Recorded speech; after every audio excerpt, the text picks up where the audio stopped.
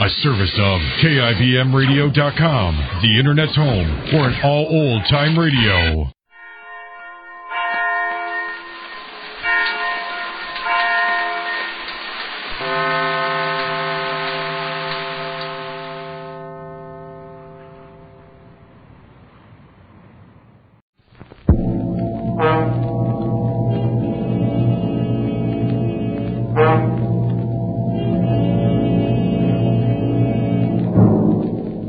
Isolated on a remote plantation in the crawling Amazon jungle, and an immense army of ravenous ants is closing in on you, swarming in to eat you alive.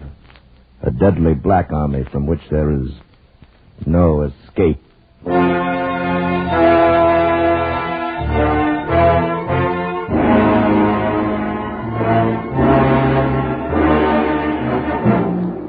Escape, produced and directed by William N. Robeson, and carefully contrived to free you from the four walls of today for a half hour of high adventure.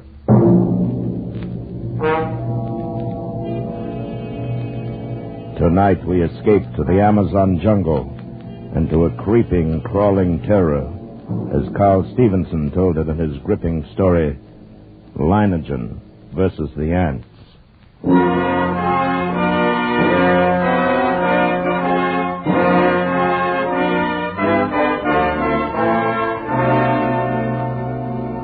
First met Leinengen while performing my duty as district commissioner.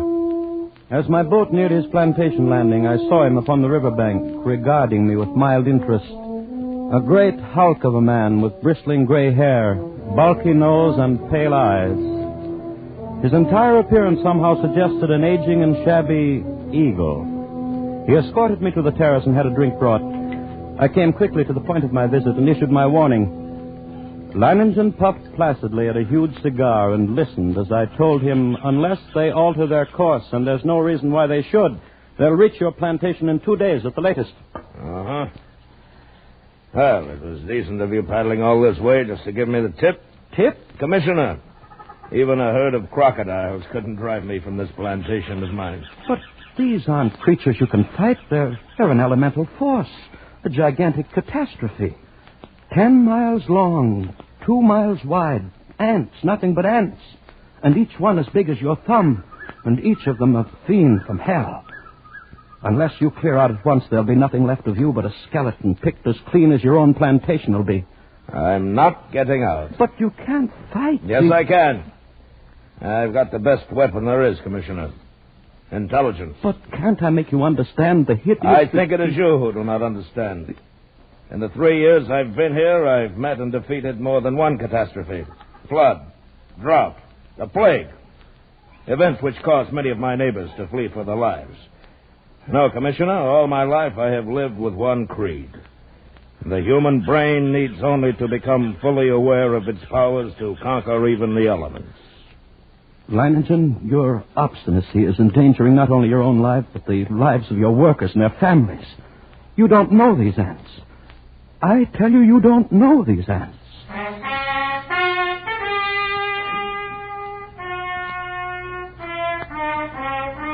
But Leinengen merely sat there, puffing at his cigar and regarding me with a smug grin, and I knew it was hopeless.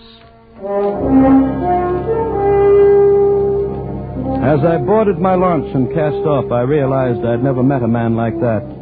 And I could not help wondering about the strange look in the commissioner's eyes as he boarded his launch and cast off. Undoubtedly, he thought me insane. Well, he would not have been the first to think so. But I, Leinengen, knew my own powers. I was sure of myself. I knew that intelligence, directed aright, always makes man the master of his fate. That night, I called my Indian workers together in front of the plantation house. I saw their faces go ashen with terror as I told them that the ants were coming. Watched them as they milled around, muttering. I said nothing more to them. Finally, one of the men stepped forward. Blas, the foreman. Patron, we have worked hard here for these 3 years. All of us. We have built the finest plantation in this district. We all share in it. It has been a home for all of us and our families. Now the ants come. So?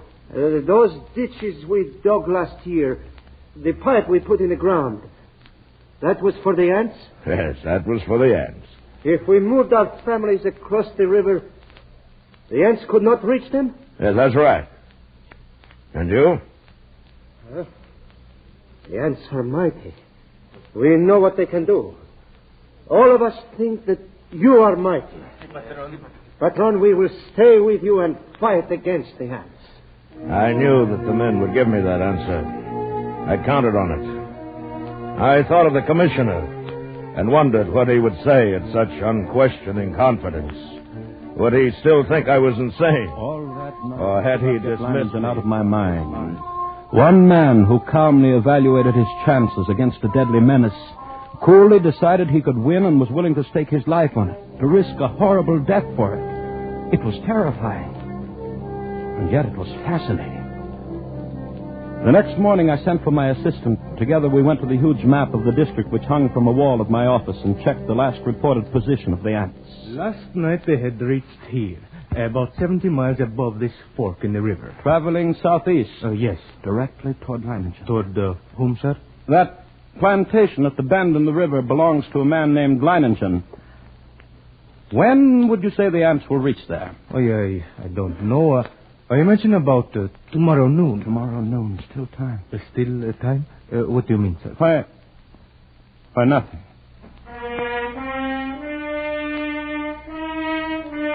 But what did I mean? Still time for what? For Leinengen to flee, or still time for me to... Even as I rejected the thought with horror, I knew that the fascination of that man was more than I could resist. That Leinengen's fight was drawing me back toward that plantation and death. I knew now past all doubt that I was going back. I had to.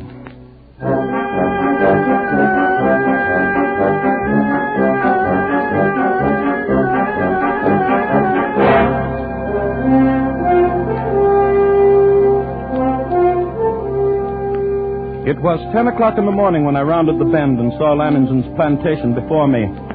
I put in at the dock and tied up the launch.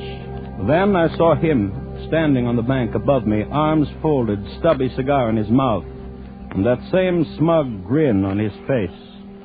I made my way up to him.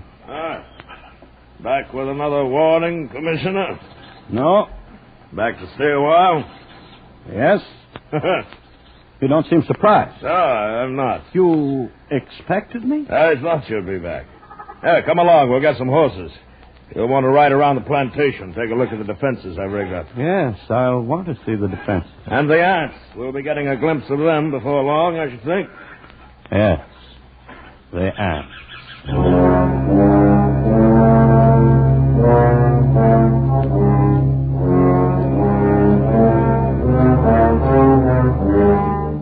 The defenses Leinengen had devised were quite impressive. Surrounding three sides of the plantation like a huge horseshoe was a ditch 12 feet wide. The ends of this horseshoe-shaped ditch ran into the river which formed the fourth side of the plantation. And at the upriver entrance to the ditch, Leinengen had constructed a dam by which the river water could be diverted into the ditch. A large hand wheel controlled the floodgate of the dam, and apparently Leinengen had ordered it opened immediately after my arrival. For as we now approached the ditch and rode along it, I could see that it was nearly full. How do you like my first line of defense, Commissioner? It's reassuring, like a moat around a castle. Unless the ants know how to build rafts, they won't reach the plantation. But this is only the outer moat. There's a better one than this. Now, come along. We'll go up to the high ground where the buildings are. I can get a view from there. Leinengen. Huh? I didn't see any women or children around the plantation or any animals. Yes, that's right. Moved them across the river. Then even you think there is danger. Not because of danger, Commissioner. Matter of efficiency. Efficiency? Yes, cuts down on the efficiency of the men if they're worried about their families. Critical situations only become crises when oxen and women get excited. I see. Here we are. See the ditch? It's much smaller than the others. Yes, you've noticed how all the buildings are on this piece of high ground. The inner ditch surrounds them, and it's lined with concrete. But even filled with water, this is no barrier. It's not big enough. Why, if the ants get this far, they'll get no farther. This ditch wasn't built for water, Commissioner. You see the pipes leading into it? See those storage tanks on the hill? Petrol. They can throw up a wall of flame. Count a bit they won't like that. I hope you're right. Leinengen, look. Over at the edge of the jungle, all those animals. Yes. Running like the wind. Everything from jaguars to monkeys. Good heavens. Remember, they don't have any ditches. But can they escape? Now, they'll be all right as long as they don't get caught between the river and the ants. They can outrun the crawlers. But if they get trapped, it's either the ants or the crocodiles. Ah, look. Up there over the horizon. There are your ants. Look at them.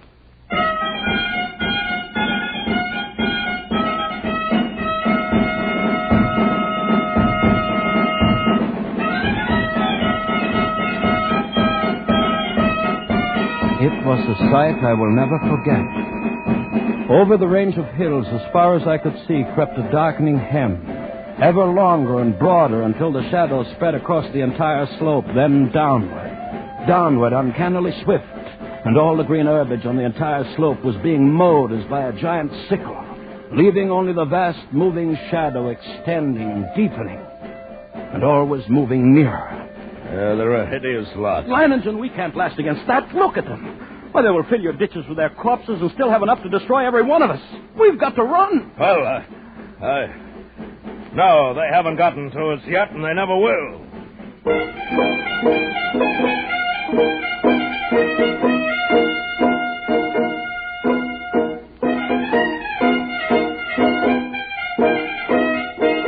The hostile army was approaching in perfect formation. No human battalions, however well drilled, could ever hope to rival the precision of that advance. Along a front that moved forward as uniformly as a straight line, the ants drew nearer and nearer to the water ditch. As they approached, two outlying wings of the army detached themselves from the main body and started marching along the sides of the ditch, no doubt expecting at some point to find a crossing. And during this hour-long flanking movement, the main army remained still. Across the scant 12 feet of ditch, I stared at them, and they stared back at me. Solid mass, every one as big as my thumb, with reddish-black body and long legs. Suddenly, a sound so unearthly as to freeze our blood jerked our heads in the direction of the jungle on the far side of the ditch. Coming toward the ditch at a stumbling gallop was a singular being, a writhing, animal-like blackened statue with a shapeless head and 4 quivering feet. It was a stag, covered over and over with ants. Leinengen threw up his rifle, and the stag fell lifeless to the ground, its agonies at an end. Horrified as I was, my curiosity impelled me to glance at my watch. I had to know how long the ants would take.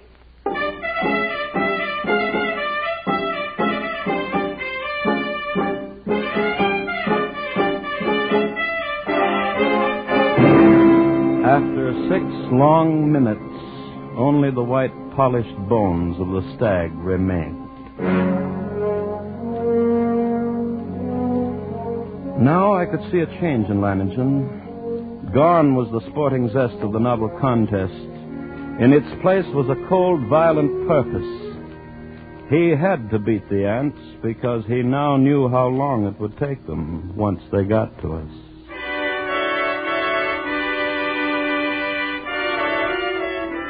Around 4 in the afternoon, the ant scouts, having found no crossing, there was a stirring among the main army. And then an immense flood of ants about 100 yards in width commenced pouring in a glimmering black cataract down the far slope of the ditch. Thousands drowned instantly, but the rest began using the bodies as bridges. Leinengen immediately swung into action. Push the dam, open the floodgate a little more. We've got to get the water in the ditch moving faster. Si, senor. Look at them drown by the thousands. But they keep coming. Even though the current carries many of them away, they're advancing. Well, we'll fix them. What? Yes, senor. How about those shovels and petrol sprinklers? You pass them out to the men? I say it has been done. Then get all hands here in a hurry. This looks like a spot for action. Hey. Commissioner. Yes? Beginning to see what I was talking about? What do you mean?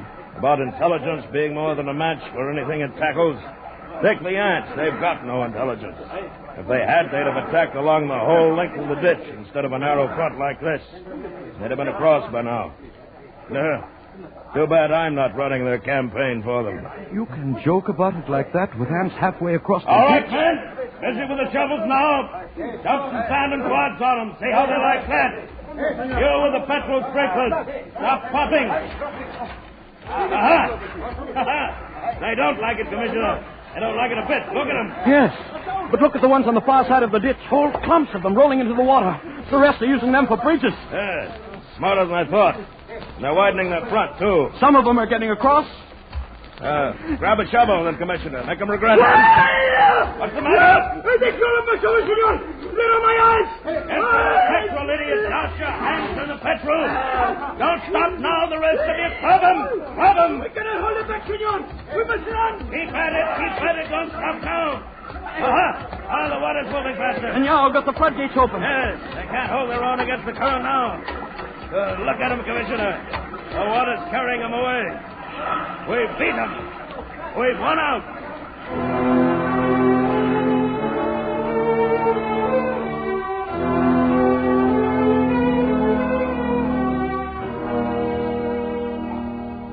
It was true. Leinengen had won. At least the opening round. The floodgates were left open to forestall any night crossing. But when dawn came, the dark blanket was still there, motionless across the ditch. Then we noticed a feverish activity on the other side of the plantation. Here, a grove of tamarind trees lined the far end of the ditch, and every tree swarmed with the crawling insects.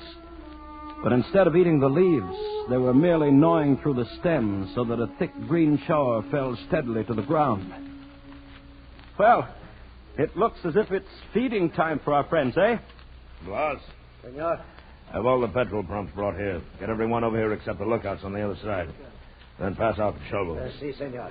Going to deprive them of a meal? A meal? Aren't they cutting down the leaves for food? No. I wish they were. Looks like I underestimated them when I said they didn't have intelligence. What do you mean?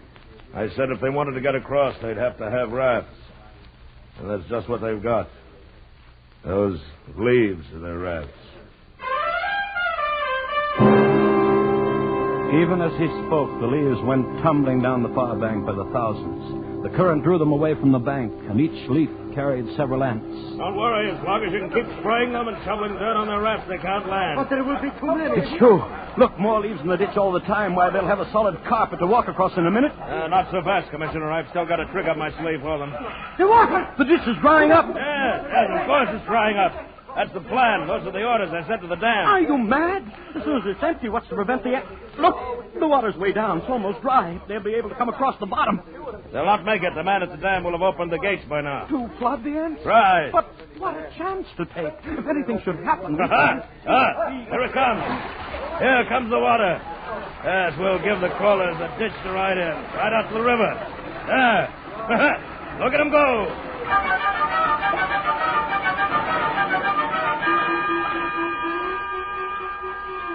Leinengen's tactics were successful at first.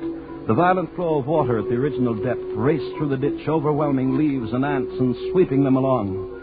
3 times the ditch was emptied. 3 times the ants raced across its bottom, and 3 times the rushing water, arriving just in time, carried them away. But the 4th time, as the water lowered nearly to the bottom of the ditch, we waited in vain for the rushing waters, and then... What's the matter? What's gone wrong at the dam?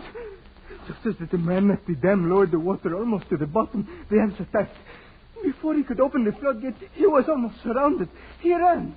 The ants kept coming. They are across the ditch. Leinengen stood motionless, absorbing the news of his defeat without a word. Then he raised his pistol and fired 3 shots into the air. The prearranged signal for all the men to retreat instantly to the second line of defense, the concrete ditches more than a mile from the point of the invasion. Soon after we arrived there, the natives commenced straggling in silently. Leinengen waited until all of them had gathered. Then he spoke to them. Well, lads, we won the first round and lost the second. But we'll smash the crawlers yet. Anyone who thinks otherwise can draw his pay and push off. There are rafts enough on the river and plenty of time still to reach them. You stay then. Good. Thank you, lads. And you, Commissioner? I can't persuade you to give up the fight? You cannot. Then I stay, too. Yeah. I knew you would. Senor. You are the ants have reached the ditch. They're trying to get across? No, senor. I didn't think they would. There's plenty of food out there for them. My fields and orchards, the work of 3 years. Ought to last them until morning, anyway.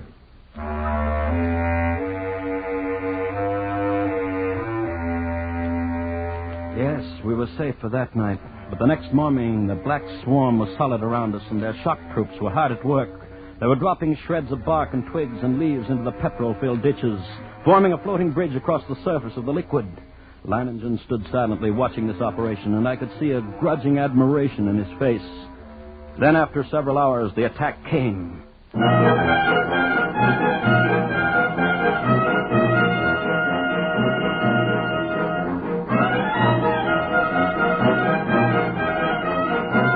Down the ditch they poured, millions of them, and across the bridge of twigs, rapidly approaching the inner side. Leinengen sat motionless, watching them. Leinengen, for the love of God, don't sit there like a statue. They'll be on us in a moment. Let them fill the ditch first. Now. All right? Everyone back? Blas! Hand me the torch. Now we'll see how our friends like a little heat.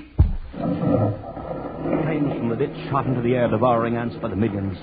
It was some time before the petrol burned down to the bed of the ditch, but when it did, the devils came back for more. Again, Leinengen fired the ditch to destroy them. And still again they came on, but at each successive firing, the task of the ants grew easier because of the film of ash which now covered the petrol. And as they returned to the assault time after time, a slow, sickening horror crept into my mind. I looked quickly at Leinengen, then at the petrol tanks. He read my gaze and nodded slowly. That's right, Commissioner. We could hold them out forever if our supply of petrol was unlimited. But it isn't. We've got enough to fill the ditch once more. Leinengen, isn't there any way at all? We've got to do something. I know. There must be a way. There must be. Yes. What is it? We'll flood the whole plantation. Flood? But how? The river's higher than any point except this high ground we're on now. If the river was dammed all the way, it'd overflow that stone breakwater and flood the whole plantation. We've got to close the floodgate at the dam. That'll do it. You're mad. The dam is more than a mile away, more than a mile away. Lads, listen to me. Listen, lads. I'm proud of you. Now, there's still a chance. By shutting the floodgates from the dam and flooding the whole plantation from the river. The moment I'm over the ditch, set fire to it. That'll allow time for the flood to wash away the ants. Then all you'll have to do is wait for me. It's impossible. You can't get to the dam, let alone back. That's where you're wrong, Commissioner. I'll get there, and I'll get back. Take care of things while I'm gone, huh?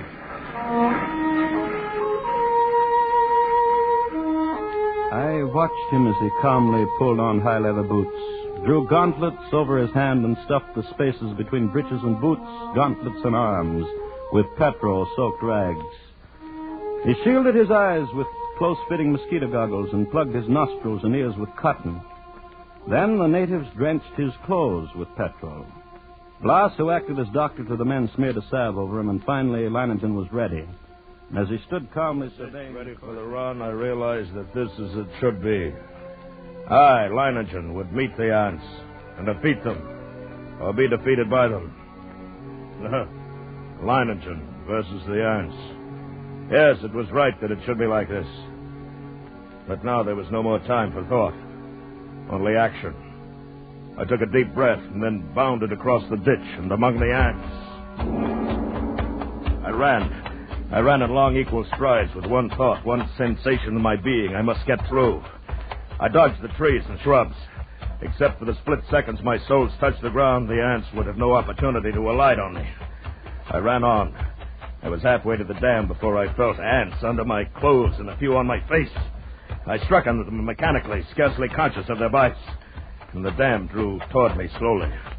And the distance grew less. Finally, only 100 yards away. 50. Then I was there. I gripped the ant-covered wheel, but hardly had I seized it when a horde of ants flowed over my hands and arms. I strained, and slowly the wheel turned. And turned more. The floodgate was swinging slowly shut. Then it was shut. And the water was rising behind the breakwater. Closer to the top. Closer. And then it was spilling over. flooding of the plantation had begun. I let go of the wheel and started back through the ants. I was coated from head to foot with the fiends. Tongues of fire stabbed at me as they bit into my flesh. I almost lost my head with the pain as I ran, knocking ants from my body, brushing them from my bloody face. And then one bit me just below the rim of my goggles. I managed to tear him away. But the agony of the bite and its venom drilled into the eye nerves. I saw now through circles of fire into a milky mist. I was almost blinded. But I knew that if I tripped and fell... I ran on, my heart pounding as if it would burst. Blood roaring in my ears, a giant's fist battering my lungs.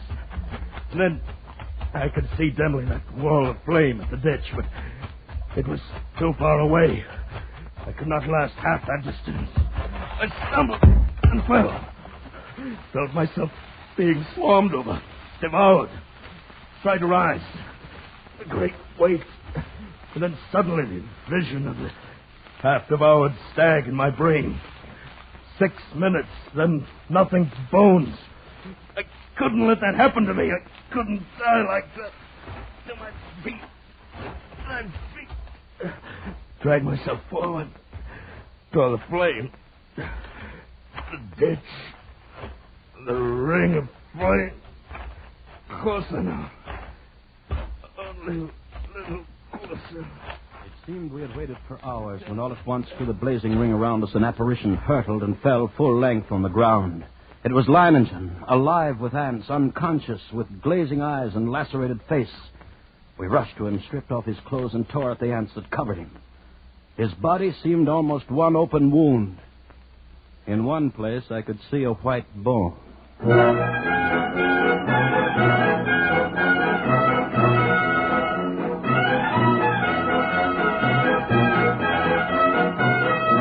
Later, as the curtain of flame lowered, I looked out where the blanket of ants had been and saw only a vast expanse of water, covering the entire plantation and working its way to within a few feet of the concrete ditch.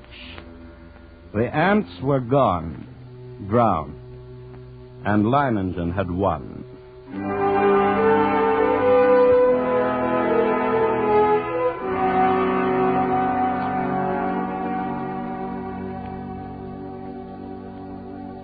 He lay on his bed, his body swathed from head to foot with bandages, but alive and still in command.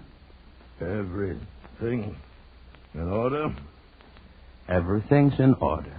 I told you I'd come back. Even if I am a bit streamlined.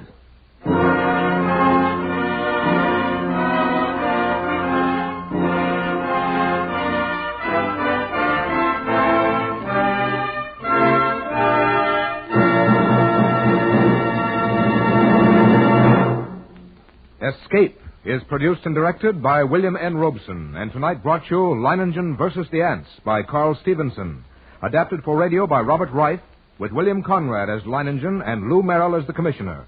Music was conceived and conducted by Cy Fure. Next week... You are groping through a dark alleyway in the French Quarter of New Orleans, with terror driving you on. And always before your eyes is the malevolent stare of a voodoo man, striking you with a deadly curse from which you must escape.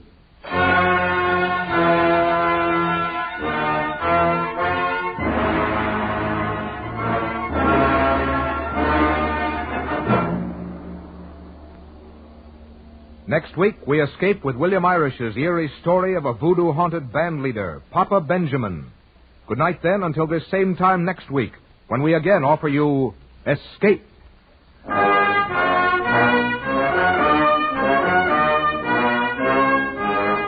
This is CBS, the Columbia Broadcasting System.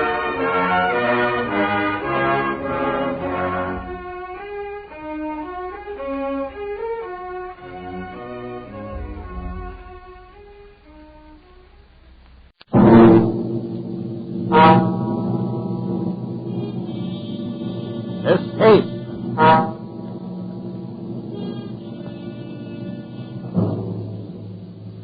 You were rushing forward through time, far into the future, trying desperately to flee the clutching fingers of a band of night creatures. A dreamlike horror from which there seems no escape.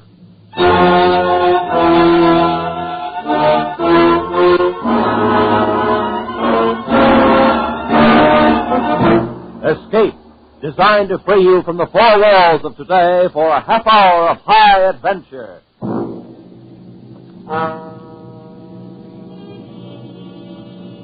Tonight we escape to the year 100,080, and to a world where beauty and terror live side by side, as H.G. Wells described it in his immortal story, The Time Machine.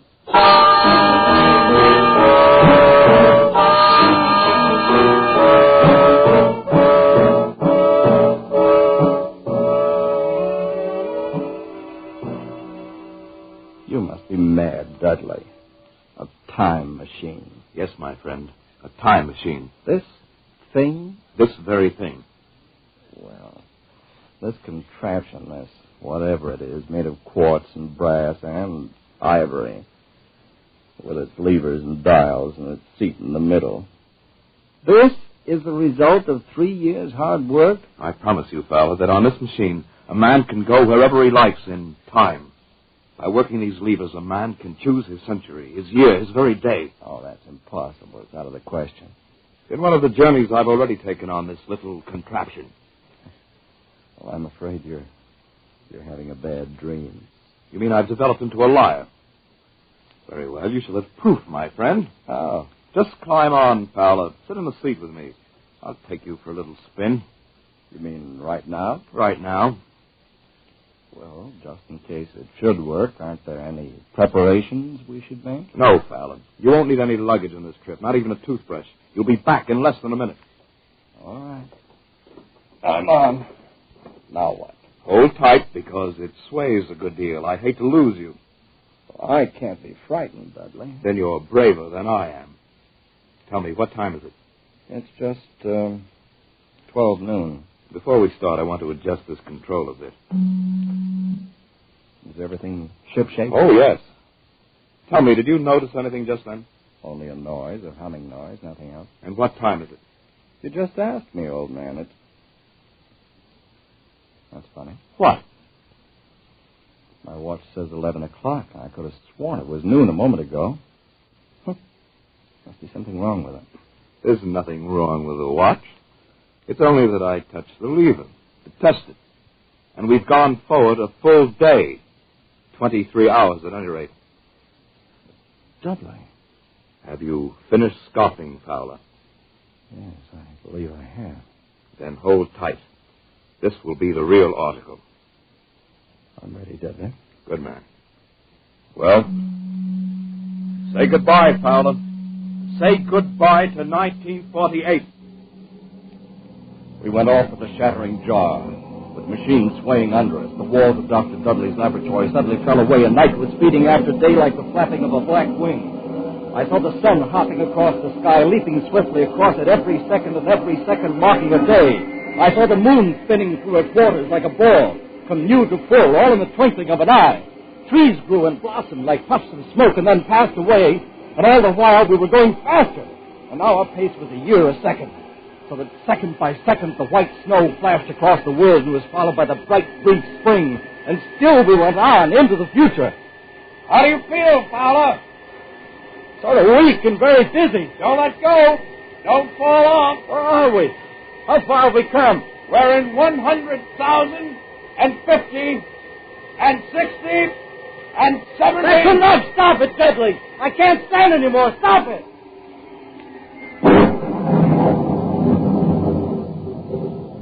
Fowler, are you all right? I believe so. No broken bones. What happened? I'm not sure. I must have stopped too suddenly. Where are we, Dudley? Look around for yourself. On a wide lawn, in a beautiful, vast garden. I meant geographically. Just where we were when we started. We're standing exactly on the spot where my laboratory stood 100,000 years ago. And the year? 100,080.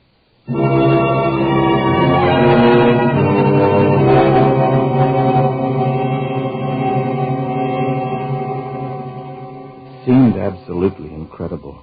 A dream, but a pleasant one. For the garden in which we found ourselves was beautiful and summery and inviting. At some distance we could see a large, imposing building, always quiet and peaceful, almost too much so. And a sense of strangeness, of incredible strangeness, sent a shiver up my spine. 100,080. Dudley, have you thought what we might find here? What manner of man? What danger? I don't see any men at all. Well, perhaps they don't exist at all anymore. Or if they do, what are they like? How have they developed? It's been a long interval between us, more than 100,000 years. We won't know until we see them. Well, then it may be too late. Suppose the race has lost its manliness and has become a savage animal. Do you want to go back? Yes, Dudley, I'm frightened. Let's go back. Dudley! From over there in the bushes. Sounded human. Come on. But Dudley, we don't have any weapons. Come on. Oh, it's a child. Look, it seems to be a very small girl. There's been a beast here of some kind. It struggled with her. Look at the marks on her arms. See here, my dear. You'll be all right now. You won't be harmed. Oh, of course, she wouldn't understand English. I don't think it's that. She's motioning us to go with her. I don't believe they have any language at all, Dudley. What about the animal? Did you see it? No, not a glimpse. It was too fast for us. Perhaps we'd better go back, Dudley. The girl seems to be all right now. Leave her like this, without seeing her people and the way they live. You want to go back so soon? Yeah, I've had enough. Well, they haven't, old man. Because they're here. All around us.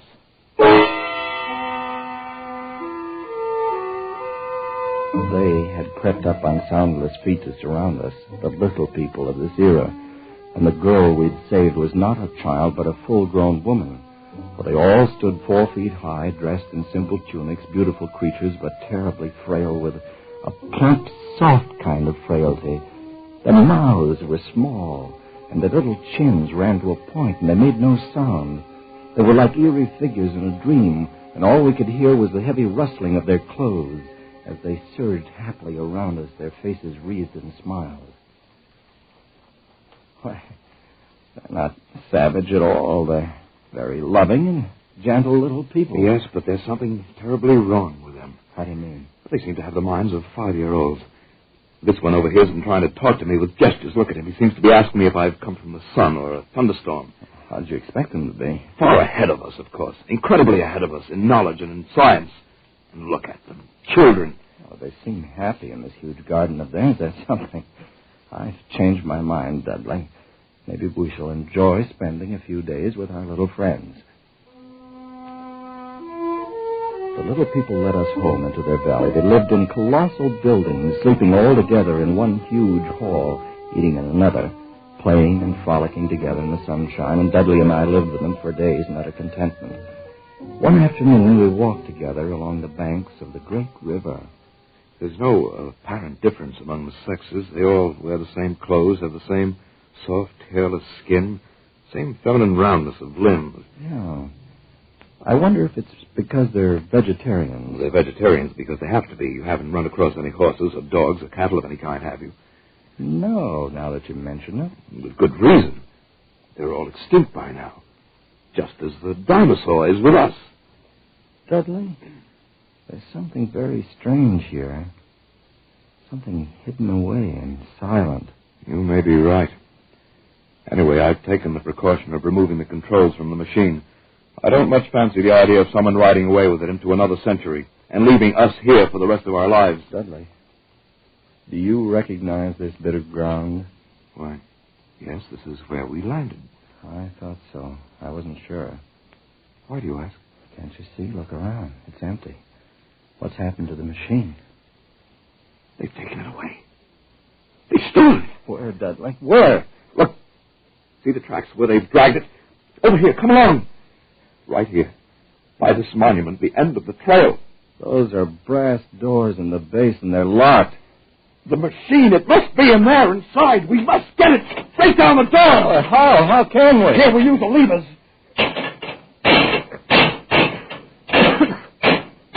It's no good, Dudley. They're solid. We'll never break through. Never. Never? Do you mean stay here for all our lives? Do you mean never go home again? They must open the machine, the time machine.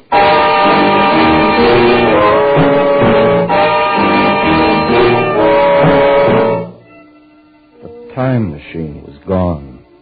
The brass doors of the monument held. Our retreat was cut off, a thin line by which we could make our way back home, back to our own time and our own people. But there seemed nothing we could do. We had no way of communicating with the little people, of asking what they had done with the machine and why and how to get it back. They merely stood around and watched our vain efforts. There was nothing hostile in their attitude. They were more like simple, wondering children. Only one, the young woman, Weena, whose life we had saved on our first day, had become really friendly.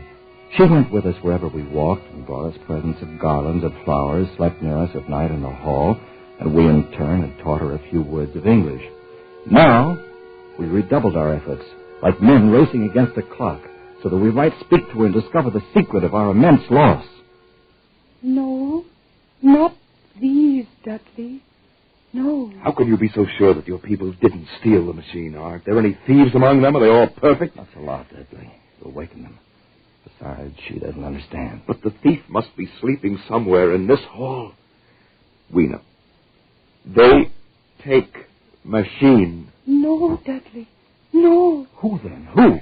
We are friends. Yes, friends. We must have machine. Yes, Dudley. Yes. Who took machine? Are there other people? Not yours. Others? What about those doors, Weena? Doors. Open. No. Oh, no. Weena, machine in there must open. No, not open. All right, my dear. Go to sleep. Get some rest. Yes, Dudley. Sleep. You too, fella. Try anyway. Yeah, I've tried. It's no good. What's to become of us, Val? Are we caught here in this century? Should we spend our lives with the little people and their secret? Try to sleep, Dudley. We'll go back to the monument tomorrow. We'll find a way of breaking in. Dudley. Yes? Did you just...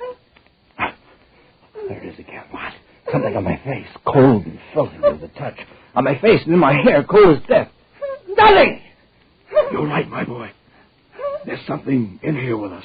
I smell the grave. What was it? I don't know. But look at them. The little people are all awake. It's as though they've been stampeded. Let's get out of here. I want some fresh air.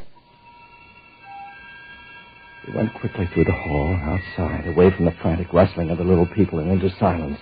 The moon was full just overhead, and it was close to dawning. There was a faint sound speeding close behind us, and we turned, our nerves ragged and our muscles tensed. But it was only Weena coming swiftly to join us. Weena, come closer, my girl. Dudley. Tell us, what do your people fear? What makes them afraid? Afraid. Darkness. And there is something. What do you mean, darkness? Dark things. Dark places. Night. Why? Why? I don't know. Why should they be afraid of the night, Dudley? Perhaps it's not the night alone. Dark places. That's our cue. Perhaps it's something underground.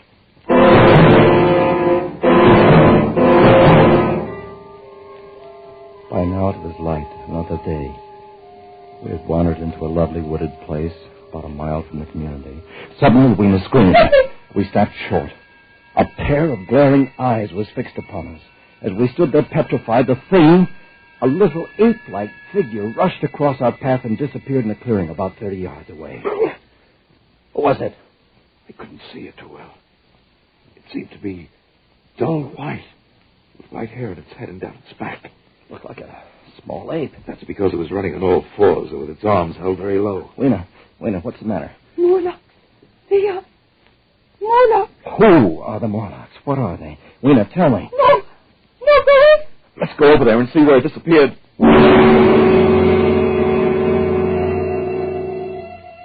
In the clearing, we found a round, well-like opening. I leaned over and looked down a deep shaft, and as I did so, I saw a small white creature retreating down a ladder in the well. Something like a human spider. Its large, bright eyes watching me as it went swiftly down, and then it disappeared in the shaft. Paolo, did you see it? Like a nape? Yeah, but like a man. So there are two species of men in this world. Hey, fella. Yes? The little people above the ground, and this obscene thing, this bleached monster below. Two races of men in this country. A white look. It's common to animals that live in the dark, like huge rats, like worms that are cold to the touch. I know because they've touched me. You can feel air being sucked down into the shaft. Yes. The earth must be tunneled enormously here under our feet. And these monsters live in the tunnels. I think we know now who stole our time machine. Yes, I'm sure. Then we'll go down and have a look. No, don't go. Why not, Weena? Morlocks, you never come back. We've got to have our machine, my dear. You wait for us here. No.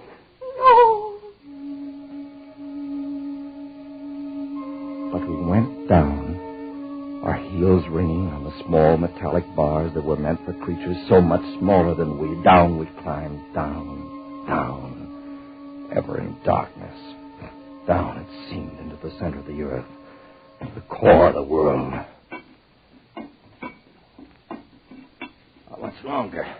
We won't know till we reach bottom. We can only stop and rest. It can't be much further. I'm so terribly tired. Hang on, old man. You hear that? Like machinery. We're almost there. Oh, thank heaven for that. All right, Paula. I'm at the bottom. Come along, just a few more steps.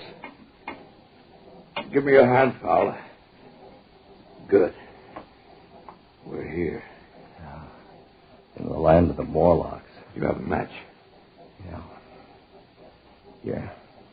There seems to be a large vaulted cavern at the end of the passage. What do you suppose they'll do if they catch us? I've no idea, so we'd better take care not to get caught. Another match. That throbbing noise. It's probably the ventilating system pumping air down. There must be thousands upon thousands of these Morlocks living under the earth. And we haven't seen any yet, except for our friend who came down ahead of us. Why do you suppose they wanted our time machine? I think they wanted us, Dudley, not the machine. And we've come to them. We must. It's our only chance. Paolo!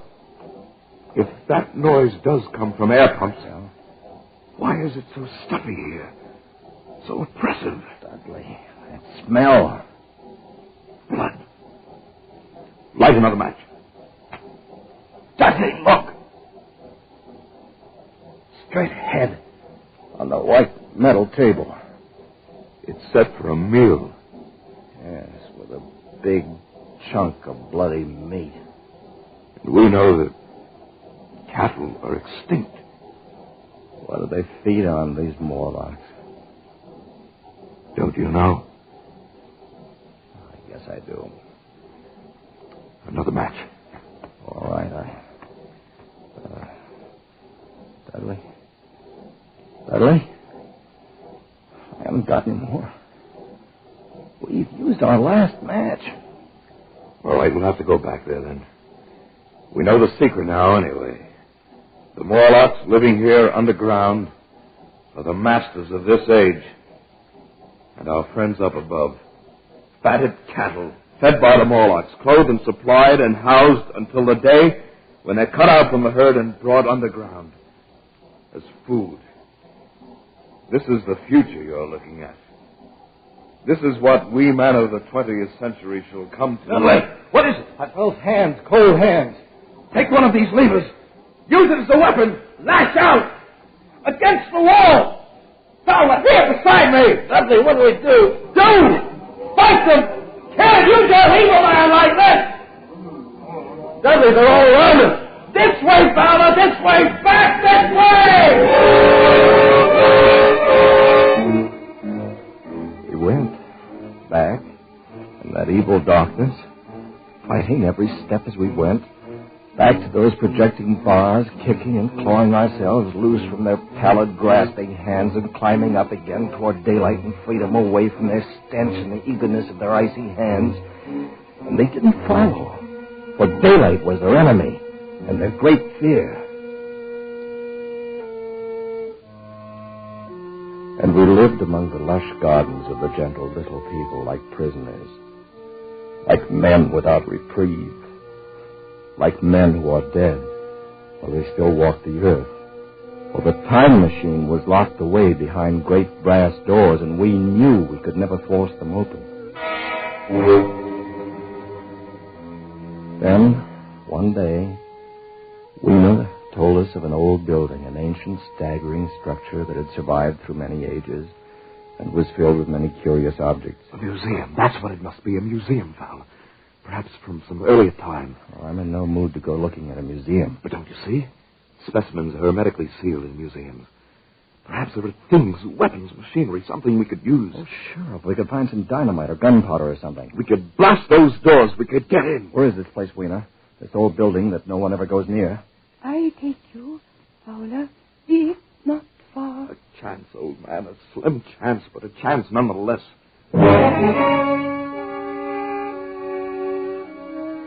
All day we wandered through the great ruined halls. The building had been deserted and in disuse for perhaps a century. The childlike men of that time had long since ceased to care about anything but their own personal comforts. It was late afternoon and growing dark when we came upon the chemical section. We'd found nothing useful to us until then. And now came the worst disappointment of all. And it's dust. All of it. It's been dust for centuries. Another dead end. It's hopeless. We were out of our heads to hope that nitrates would retain their form for 100,000 years. We better go if nothing here. Wait just a moment. There's something in this case. You can break it with your lever. Stand back a little. Hallelujah. A box of matches, hermetically sealed. It's perfect. Not even damp. And what should we do with them? Burn down those brass doors? Better keep them anyway. At least we can smoke again. And you can't tell. Fowler. Yeah? On the floor. See them? Small, narrow footprints leading away into the darkness at the end of the gallery. Dudley. We'd better go. Pick Ween up and carry her. We'll have to run for it. Don't be frightened, my dear. It'll be all right. Go on, run!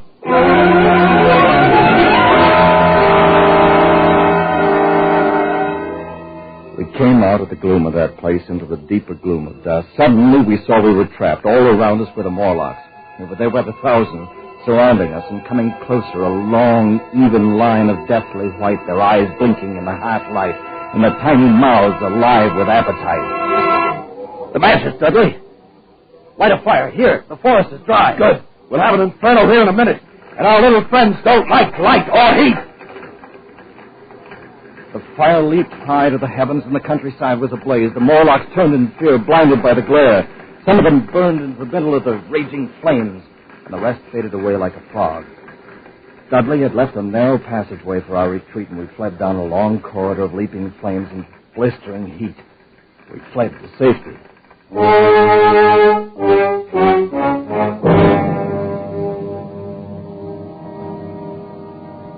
We fled back toward the community of the little people. And as we ran, we passed the huge monument with its great bronze doors that were locked tight on our time machine. And suddenly, in the glare of the distant fires, we saw something that stopped us short. They're open. Fowler, the doors are open. No, not go in, Dudley, no. It's a trap. They're ready for us inside. Ready or not, we're going in. Dudley, it's suicide. It'll take me about 1 minute to screw the levers in again. Then I touch them and we're away. All right. I'll try to give you your 1 minute. Good boy. No, go, not leave You, my dear, you hold tight around my neck. You're coming home with us. All right, let's go.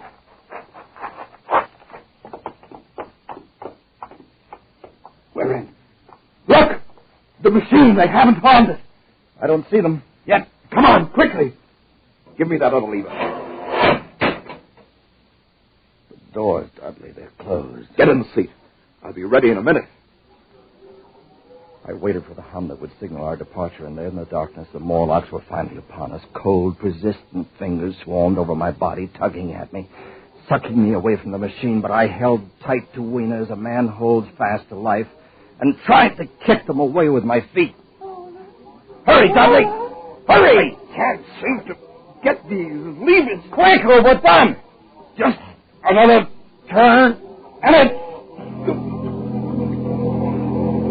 There, pal. We're away. Thank God. Oh, we made it. You all right? I'm all right. Good. And Weena? Weena isn't with us. What happened? They tore her from my hands. At the last minute, they got her. I tried to save her. I couldn't. I know, old man. I still got a piece of her tunic here in my fist. A little piece of her tunic, Dudley. But nothing else.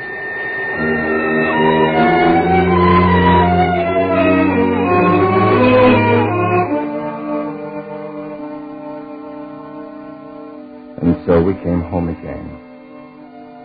Back into the very minute from which we had left. Back into 12 noon, May 9th, 1948. We were in Dudley's laboratory again, motionless, sitting on the ridiculous contraption which he called a time machine. Was it all a dream? A mad and feverish dream? Did any of it happen? Could any of it happen? No, of course not. How stupid. But then, what's this? What of this jagged piece of thick green silk I hold in my hand?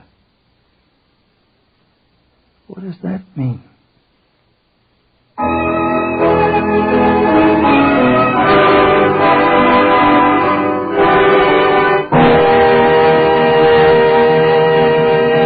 Escape, produced and directed by Norman MacDonald, tonight brought you The Time Machine by H.G. Wells, adapted for radio by Irving Ravitch, with Eric Rolfe as Fowler, Jeff Corey as Dudley, and Kay Brinker as Weena.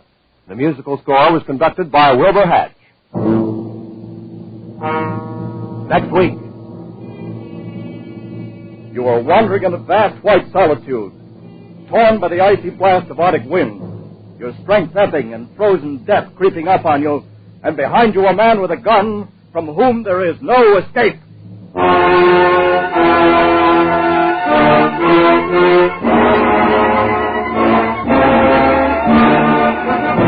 Next week, we escape with another great story of high adventure by one of the world's best-known authors. Good night, then, until this same time next week, when once again we offer you Escape. This is CBS, where 99 million people gather every week, the Columbia Broadcasting System.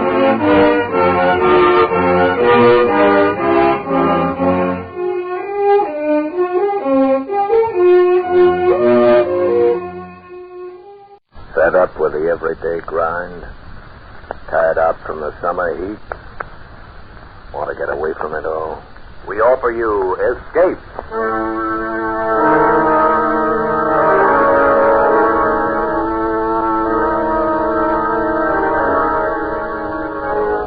Escape, designed to free you from the four walls of today for a half hour of high adventure.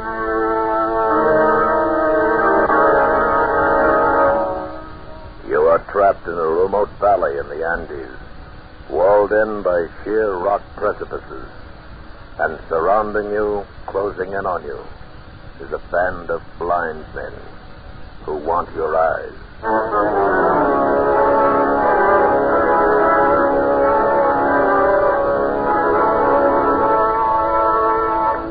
Tonight, we escape to the mountains of Ecuador and to a remarkable world where sight is unknown as H.G. Wells imagined it in his gripping story, The Country of the Blind.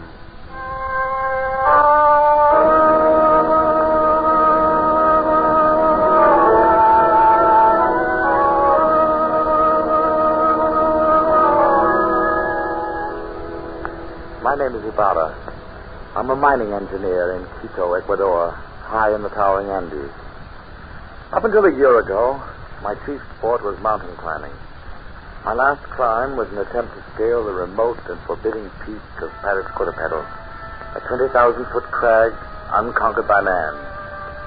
It is unconquered still. 3,000 feet from the icy summit, we turned back and fled for our lives. All of us escaped, except one, a guide named Nunez, who slipped over the frightful precipice and disappeared in the vast chasm, yawning 10,000 feet beneath us. The horror of that man's fall has terrorized my dreams for a year. Because of it, I've forsaken mountain climbing for the rest of my life. And that decision still stands, even though today I've seen Nunez. He was sitting on the steps at my shack when I arrived at the mine this morning. At first, I didn't recognize him. He was so much changed. I thought he was some weird, ragged beggar. Is it you, Senor Ibarra? My name is Ibarra, yes. What do you want? You do not know me, Senor. No? Well, you look like a man I knew once, but he is dead. Dead on the slopes of Paris Cotopaxi. No. Oh, that couldn't be. Nunez, that is my name, Senor. At least that is the name I remember. You fell. I saw you fall. Yes. But it's impossible that you could have lived. Perhaps the gods of the mountain had some reason to spare me. Nunez, if we'd had any idea that you were alive, but you went down thousands of feet. We couldn't even attempt to find your body. I know. I do not blame you. You could not have reached me, and if you had, I should not have welcomed you at first. But then, later, Senor, you will not believe what I have to tell. I can hardly believe that I'm seeing you, Nunez, and talking to you. You remember that night, the night I fell? Yes. We had been toiling all day, inching our way up a steep ice wall, and as darkness came, we found a narrow ledge, barely 3 feet wide.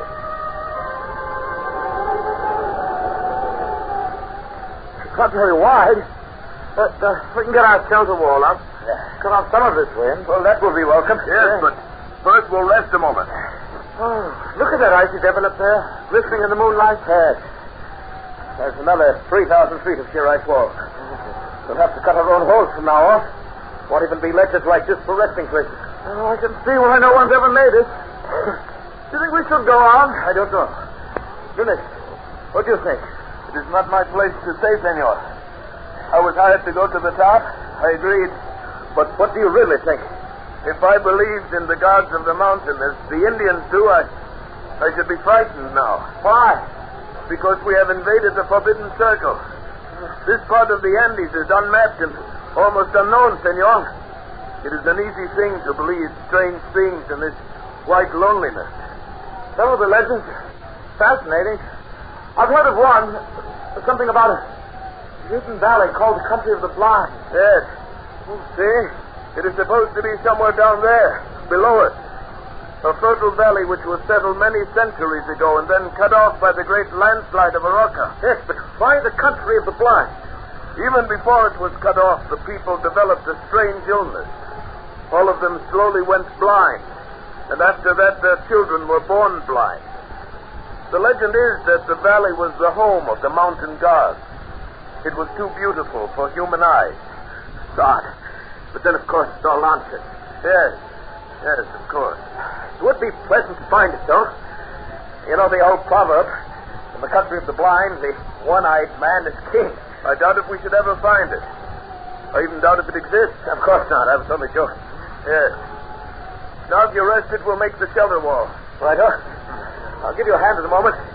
Believe me, Ibarra, for 2 pesos, I'd give up this crime. I never realized.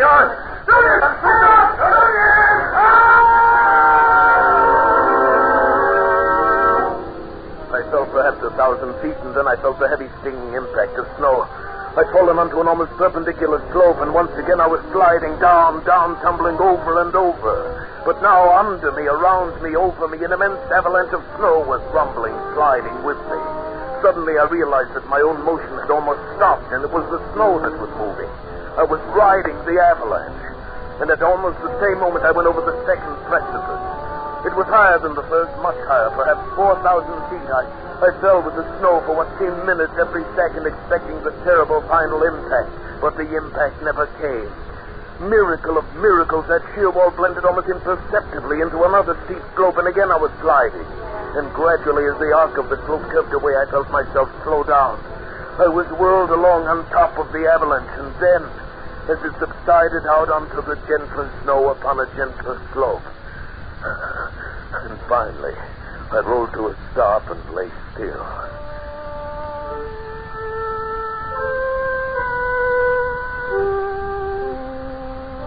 When I awoke, it was morning, and I was covered with snow. I shook off the cold white blanket rolled over on my back and looked up.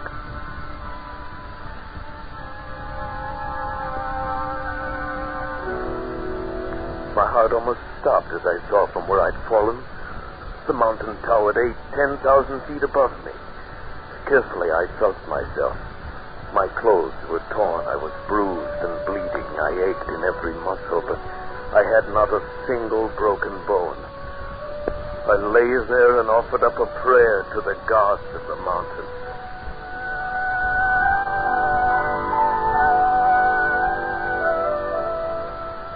Far below me lay a lush valley sparkling in the morning sunlight. I could see the stately trees and green meadows fresh with dew. I started down, but it was still an arduous descent. The farther down I got, the more I realized the beauty of the sea. For this was a hidden paradise I'd fallen into, and I was the first man ever to see it. So I thought. But I was wrong. I realized at first when I saw the cultivation in the meadows, and then the walks, well-kept stone walks laid in a symmetrical pattern all over the valley. And then I saw them.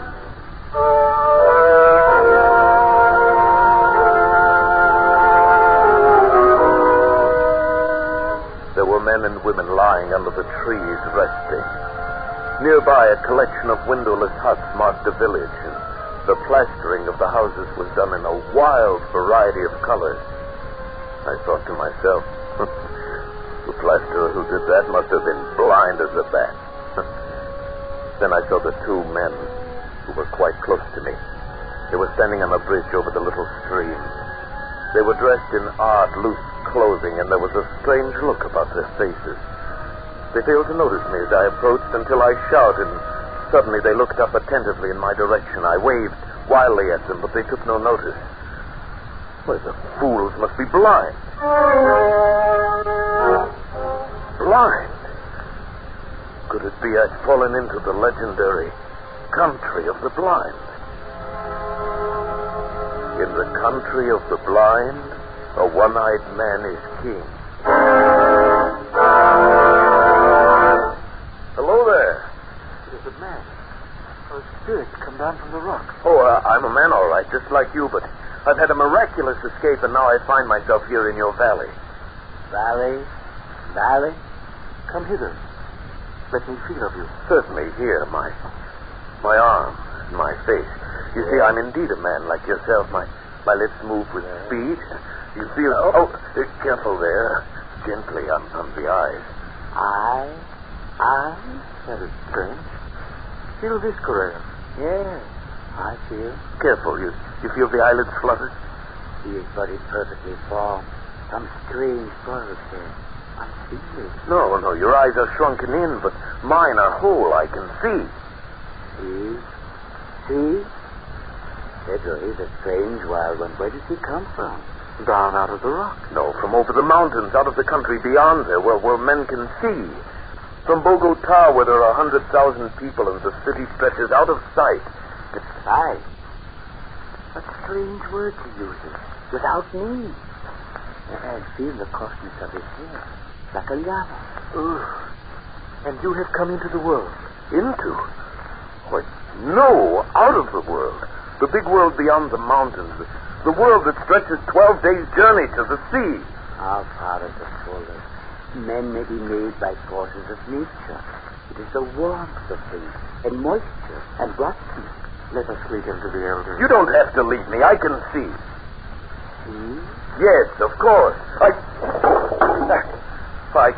didn't see your water bucket. His senses are still imperfect. He stumbles and talks meaningless words. Lead him by the hand. But look, Oh, well, all right. These people have been blind for centuries. They'd forgotten even the words associated with seeing, and they thought I was an idiot, only half-formed. Especially when they led me into the pitch blackness of one of their windowless huts, and I stumbled over someone else. Oh, 1,000 pardons, Medina Sarote. He is a clumsy one. I'm sorry. I fell down. I couldn't see in the darkness. Who is this? And what is he saying? He is but newly formed. Has come down from the rocks. He stumbles as he walks and mingles words that mean nothing with his speech. He is a wild man out of the rocks. No, I come from Bogota, over the mountains. You hear? Bogota. He uses wild words. His mind is hardly formed. He has only the beginnings of speech. Bogota. Yes. I come from the great world where men have eyes and see. That must be his name. Bogota. He stumbled twice as we came thither. He must be taught. No. Don't you understand? I can see, but not in the dark. To you, darkness or light is all the same, but to me, to us outside in the world beyond the mountains, What are mountains? Oh, very well, then beyond the rock. There is nothing beyond the rock. That's the end of the world. But surely you must realize the sky above covers more than this valley. There is nothing above but a roof of rock. He is very raw, my children. He should have to be taught. In the beginning, take him away. Feed him. But guide him. See that he does not stumble over my daughter again. Do not fear, Father. I shall guide him myself. You fear him. Very well. Come. Take my hand. Thank you. It'll be a pleasure to get outside again out of this darkness. Come this way. Yes. What is your name? Medina Sarote. Medina Sarote. Mine is Juan Nunez. Oh, sunlight. Oh, this is better. And now again. Senorita. You're beautiful. I cannot tell what a wonderful thing you are to see. Please. I'm afraid for you. Afraid? Yes. You do not learn quickly and cease speaking such things. They may not be so kind to you. They might be angry. They might even destroy you.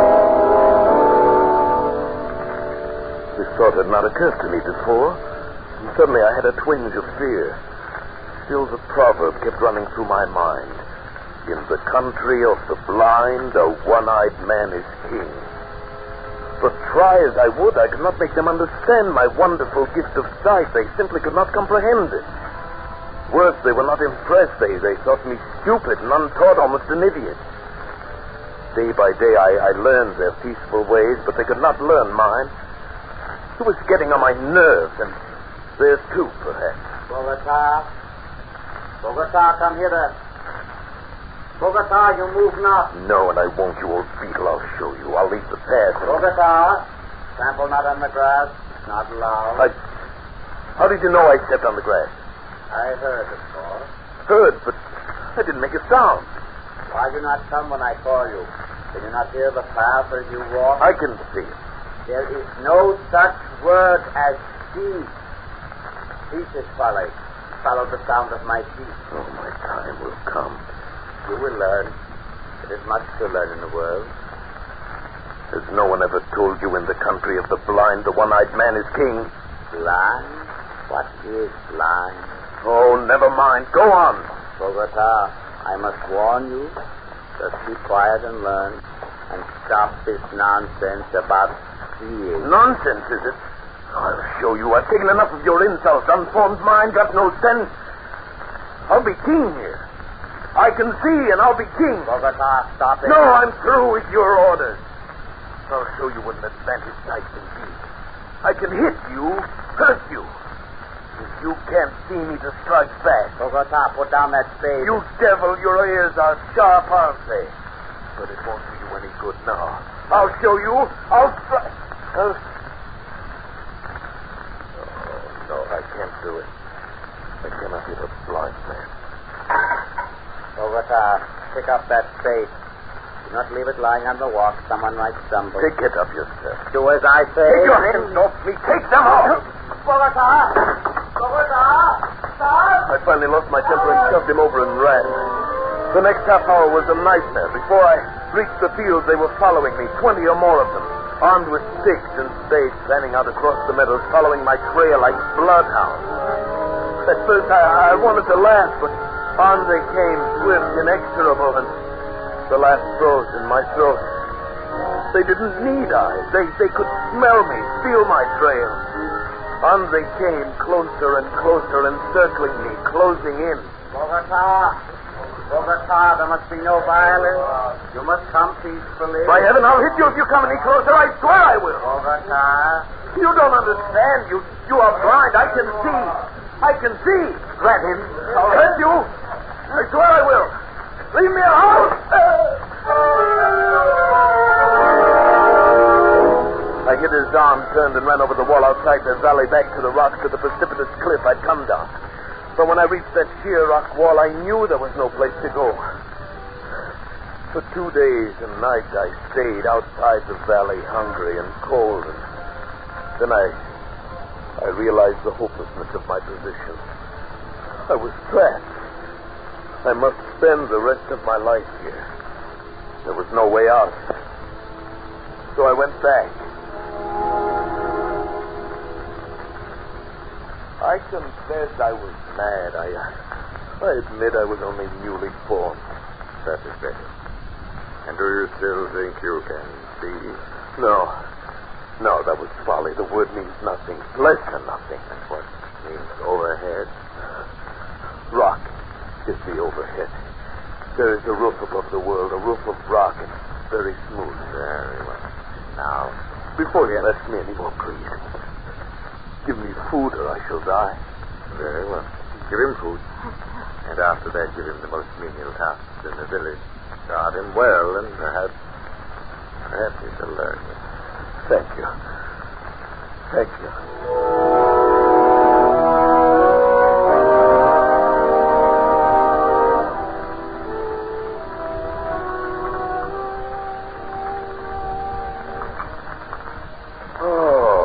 Oh, that is better. You're kind, Medina Cerote. Very kind. I'm glad. You are? If they were all like you, I should never have run away. What was that word you said I was? Beautiful. It means something nice. Oh, something very nice. Medina Cerote, why is it you have no husband? I have a distant guy. His long hair. Your eyelashes. Oh, but they're beautiful. They're considered a decision. Oh, you're the most lovely girl in the valley, but they wouldn't know, would they? And so you have no lover. No.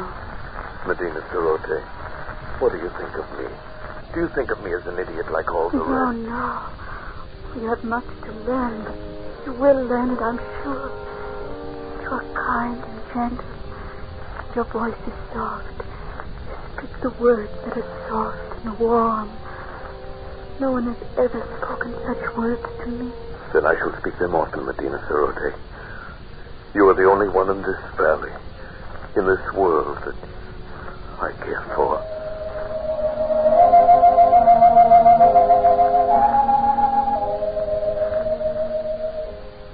And so it began. I, the village idiot, the slave boy who dreamed to be king. I, with my eyes still whole, fell in love with Medina Sarote, the daughter of the elder of the village. Only to her could I open my heart without fear, and only to her could I speak of the beauty I could see around me. It is a beautiful valley, green with grass and yellow with sunlight, and flowers, bright flowers dotting the hills. And in the cool of night, the stars gleam like diamonds in the sky. Oh, the words sound lovely. But what are stars? Stars? Why, they are... But no. No, you wouldn't understand. And what do you mean, in the cool of the night? You still get that confused one. The night is warm, the day is cool. No, it is you here who have them backwards. Because the darkness means nothing to you. You work in the cool of night and sleep in the heat of day. You are teasing me. Oh, no. I'm... Oh, what does it matter? All that matters is you. You here beside me. Medina Sarote. I love you. I love you. I know they still think me an idiot, but you listen to what I say, and you don't think me an idiot, do you? No, I like to hear you speak. Then, would you marry me? I would be very happy.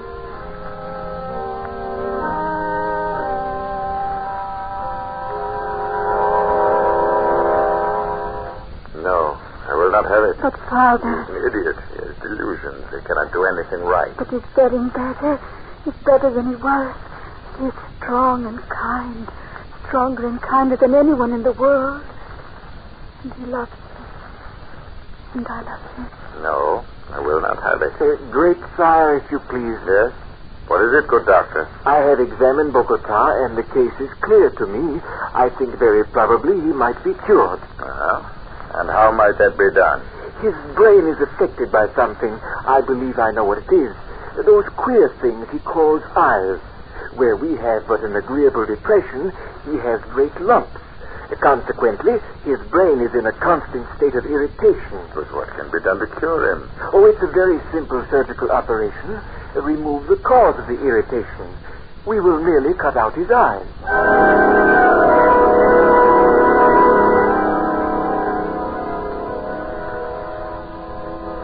But they say it will make you well. But you don't understand, Medina Sarote. My world is sight. You would not want me to lose my most valued possession. I do not know. There are so many beautiful things to see. The flowers, the far sky with its drifting clouds, the sunset, the stars, you. Why, just to see you, it is good to have sight, and I would never see you again. I wish sometimes you would not talk like that. Like what? I know it's your imagination. I love it. But now... Now? You want me to... Oh, Medina Sarote. If I were to consent to this... Oh, if you would. If only you would. What else can I do? Oh, my dearest one. My dearest, tender voice. I will repay you. Oh, Medina. Be brave. Carry my voice in your thoughts. Now I must go. And tomorrow... Yes. Tomorrow will be forever. Goodbye. Goodbye, Medina.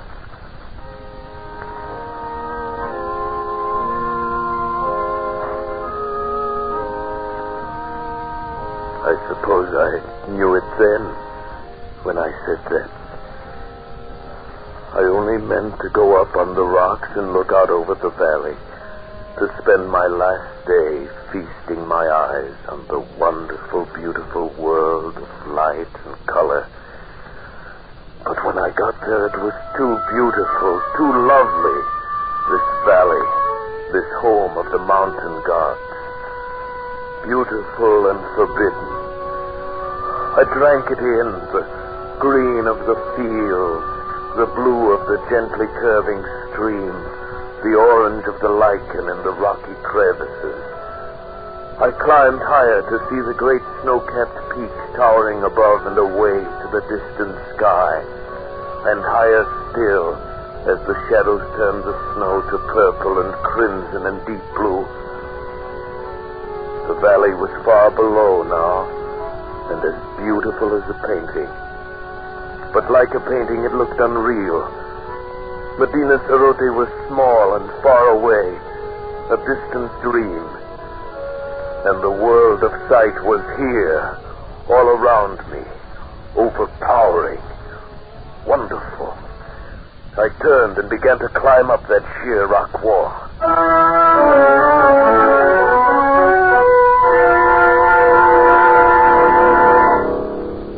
How many months it took me to make my way out over those mountains, over glaciers and snowfields and sheer precipices, I cannot guess.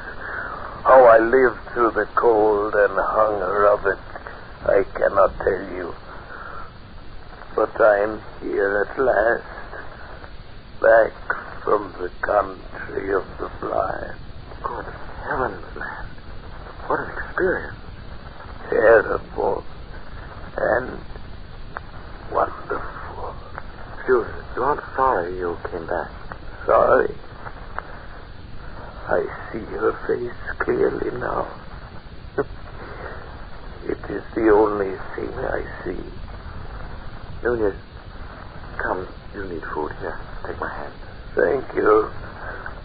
Where is it, Senor Ibar? Nunez, you are? Yes. The god of the mountains has had this revenge. Those months of crawling over the snow and ice with the sun glaring down. Yes, I am blind.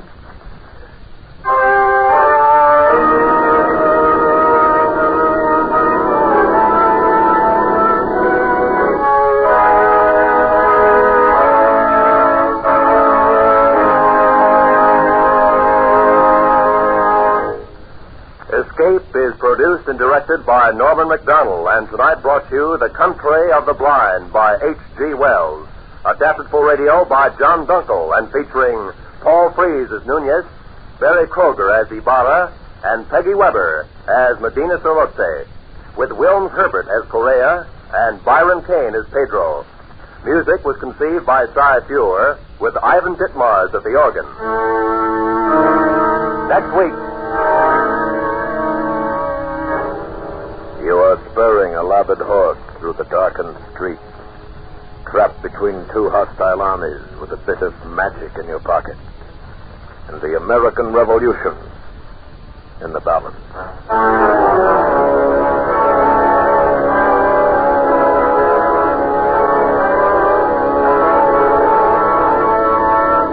Next week, we escape with Stephen Vincent Benet's delightful fantasy, A Tooth, for Paul Revere.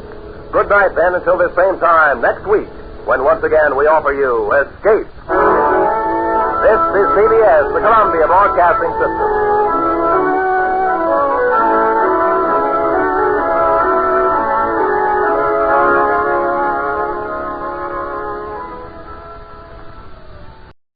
Fed up with the everyday grind? Tired out by the dull routine? You want to get away from it all? We offer you Escape. Escape, designed to free you from the four walls of today for a half hour of high adventure. You are crouched in the middle of an immense hurricane. Houses, animals, trees sweeping past you. And you suddenly realize that you've tampered with the universe, that you're bringing about the destruction of the world.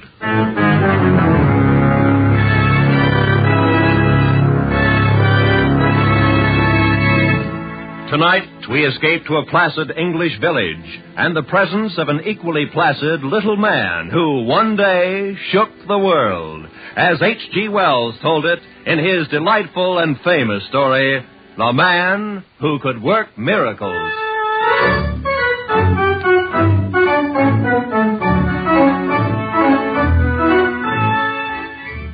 And now, I might say right in the beginning that I ain't the kind of chap who has a naturally argumentative disposition, meaning the kind who's always engaging in hostile discussions with perfect strangers. Quite the contrary. I'm a reasonable man who always takes proper thought before he speaks, and one who has due respect for scientific truth. Why, I ain't never opened my mouth to utter a word that wasn't a pure, a undiluted, a fact. That's what you say. Howsoever, when a man of inferior intellect, such as Toddy Beamish has showed himself to be more than once, when a man like that insists upon airing his ridiculous opinions in a public place such as the Long Dragon Bar, then I've got no choice but to confound him with the superior knowledge which I possesses. That may be well and good, perhaps, but it's only what you say. On the contrary, Mr. Beamish, the statements which I have just made are such as might come from any intelligent human being with a true knowledge of scientific principle, which saying can't be said for some of us here at this bar.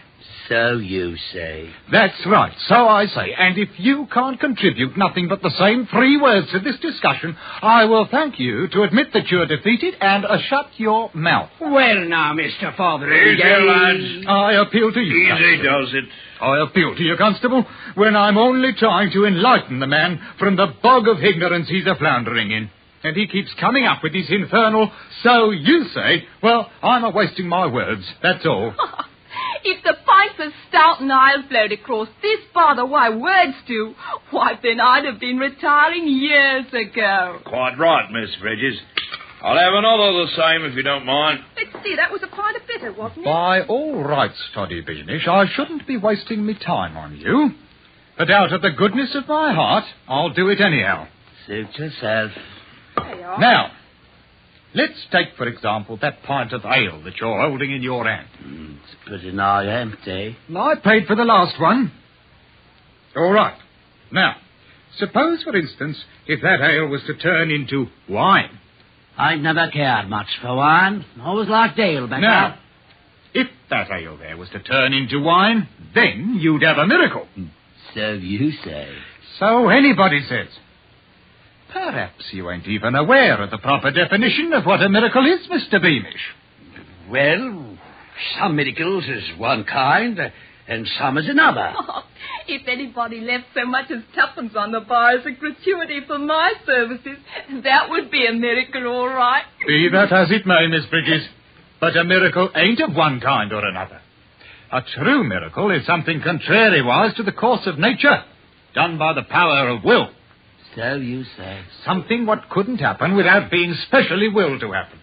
And miracles ain't possible. Easy, lad, easy now. Well, I wouldn't go so far as to say they ain't. It's your ignorance that's talking. Look, you see that lamp sitting there on the end of the bar, burning as bright as you please? I see it right enough. Now, that lamp, in the natural course of nature, couldn't burn like that if it was turned upside down and hanging in the air. You say it couldn't. Mr. Beamish, do you mean to tell me that you... All right. Maybe it couldn't. And if it did, it'd be a miracle. Very well. Now, supposing somebody was to come along, take me, for instance, and he pointed his finger at that lamp like this and said, turn upside down. Now, if the lamp... What preserve us if it aren't doing it? Well, now. Blimey. A burning and hanging there, no visible means of support. I can't keep it up there much longer. Remarkable. All remarkable. And now then, Mr. Fotheringay, stop it. Stop it immediately, and that's my official order. Have a care, Constable. Watch out. There it goes. Oh, now see what you've done, Mr. Fotheringay. My best lamp chimney. Oh, clean no more than an hour ago. Smashed into smithereens. But I didn't try to do it. Oh, for all all you knew, you might have caught the whole place afire. Most irregular and illegal besides, like as not. We'll have no more of it. You understand? But I tell you, I didn't mean you for and your silly conjuring trick. It wasn't a conjuring trick. That's what you say. No doubt you've had a bit too much to drink. All I done was to point my finger at it like that and... Stop it now! Don't you dare! But that's all I've done. In that case, Mr. Fotheringay, you defeat your own argument right out of your own mouth. And how is that, might I ask? If it weren't caused by some form of trickery, then what happened to that lamp was a miracle. Oh, here now, I ain't holding with no blooming miracles. Hold with them or not, as the case might be, Mr. Fotheringay. But you just stood right there and performed a real, true, honest, genuine miracle. That's what you done.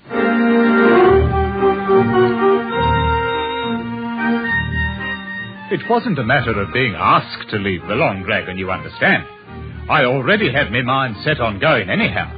A place what's full of ignorant superstition ain't the kind of place for a man of rational intellect to be doing his thinking in. And thinking was just what was called for. On the one hand, I weren't ready to swallow no miracle theory, but on the other hand, I wasn't able to recollect no scientific principle what might account for that which had happened.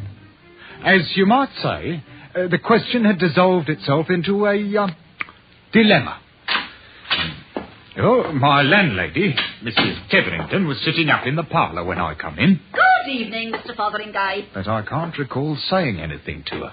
Well, very well, Mr. Fotheringay.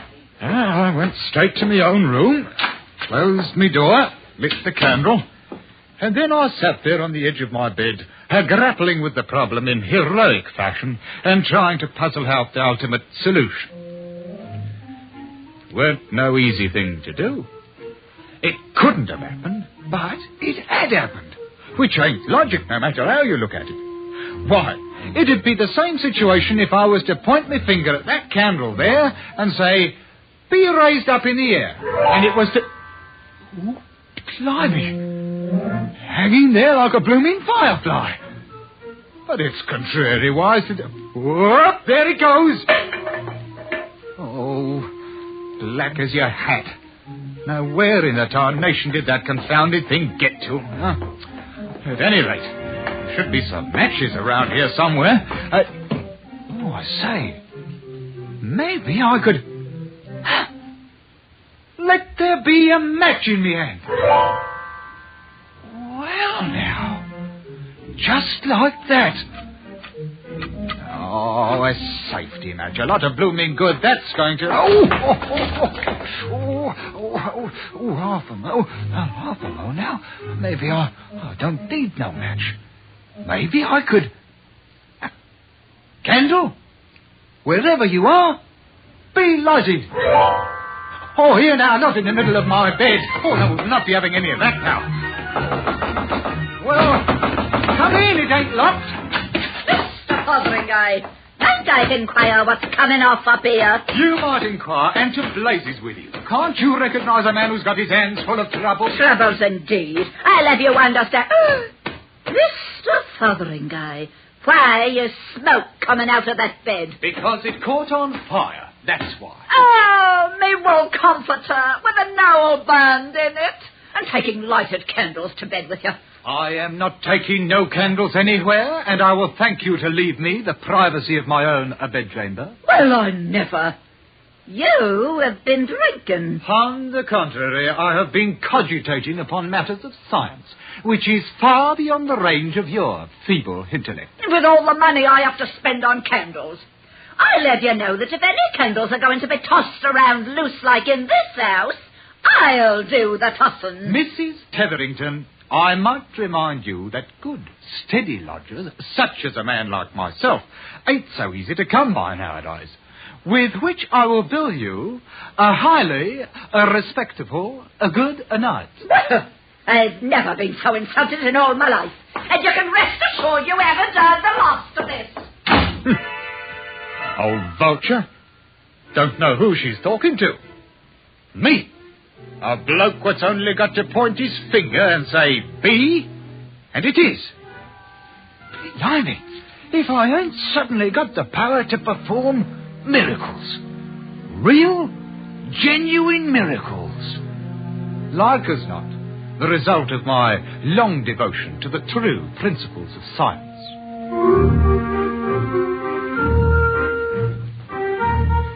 Well, I got through the next day without no trouble, and come evening I went walking down the lane that leads around Millsdale's pond, attempting to put my mental processes into order, as you might say.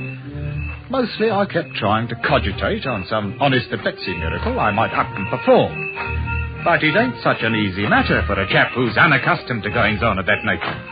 Oh, what I wanted was the genuine article, you understand. No little shenanigans, one with which to make people stop and say, blimey now, if that ain't a real downright miracle for you. And all of a sudden, I had it. I just happened to recollect a chap somewhere who stuck his staff into the ground and commanded it to blossom. So, I poked me walking stick into the edge of the turf, I backed off a wee bit and pointed my finger at it. Walking stick, become a blooming bush of flowering posies. Roses, by heaven. I done it! Just like that fella in the opera. Here now, what's going on here? Oh, Constable Winch, confound the man anyhow. Cease and desist whatever it is you're doing in the name of the crowd. Oh, you there, Rosebush. Go back now. Fast. Have a line there. Who it is you're throwing bramble bushes at? Blasted torn smite into the man severely. Yeah, Confounded blundering idiot. I'll see now who's conducting nefarious activities under the cover of darkness. Assaulting an officer engaged in the pursuit of his natural... Well, so it's you, Mr. Fotheringay. The fact being self-evident, Mr. Winch, I will not bother myself to answer. So you'll not bother yourself to answer, eh? Maybe you'll also deny that you just threw a great heavy mass of foliage at me? I do deny it. Then no doubt it just up and flew through the air all by itself. Constable Winch, you have just hit the nail on the head. So, that's the way the wind blows. Some more of them blasted hanky-pank conjuring tricks of yours, is that it? On the contrary, it was merely a small miracle. You don't say so. In which case his honour might enjoy hearing you tell about it.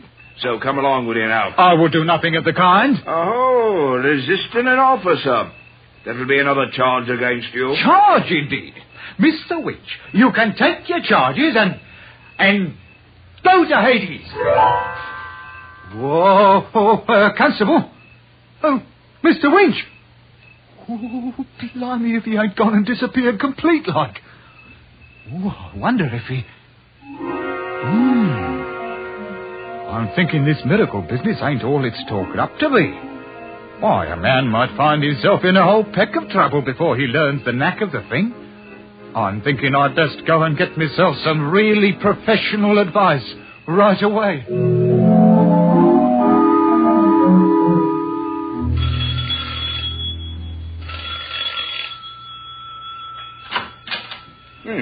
Good evening to you, brother. A very pleasant evening to and you. The same to you with many of them, Mr. Maydig. That is your reverence. Oh, no formality now, none at all, no.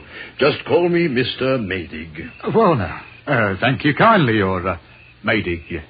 Ship. Won't you step inside? Much obliged to you, Mr. Reverend Ship. Just follow me now. This way, Mr. I can't say that I caught the name. Fotheringay. George W. Fotheringay. Oh, yes. Not from my parish. Well, yes. I attended services last Christmas. Indeed? Well, so many people did last Christmas. Well, here we are, Mr. Fotheringay. Take a chair. It's Fotheringay. Nice diggings you've got here. Oh, adequate, Mr. Motheringay. Adequate for my simple wants. Yeah, now just feel entirely free to lay your burdens upon my shoulders. Well, the fact is, the matter which I come here to talk about might be considered of a somewhat delicate nature. Oh? Oh, think nothing of it. Please, feel free to speak, speak freely. My housekeeper retires very early. Oh, no, Your Reverendship, it's nothing like that. Oh, then, what?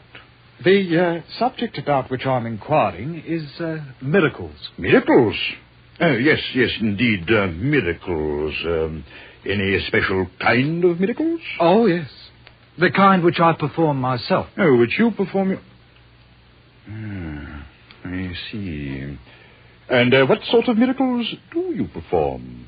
Well, for one thing, I have just finished sending Constable Winch to Hades. Hades? Indeed. Now, that's very interesting. Well, of course, when I realized what had happened, I had him transferred to San Francisco. Wherever that is. Oh, I'm sure he'd like San Francisco much better. You don't believe me. I can't say that I blame you none either. Well, after all, Mr. Dotheringay... It's Fotheringay. Well, very well. There ain't nothing else to do but for me to go up and perform a few miracles before we go any farther. Well, that's very interesting, I'm sure. Now, you just take that jar of tobacco there on the table, for instance. Suppose I just point my finger at it, like this, and...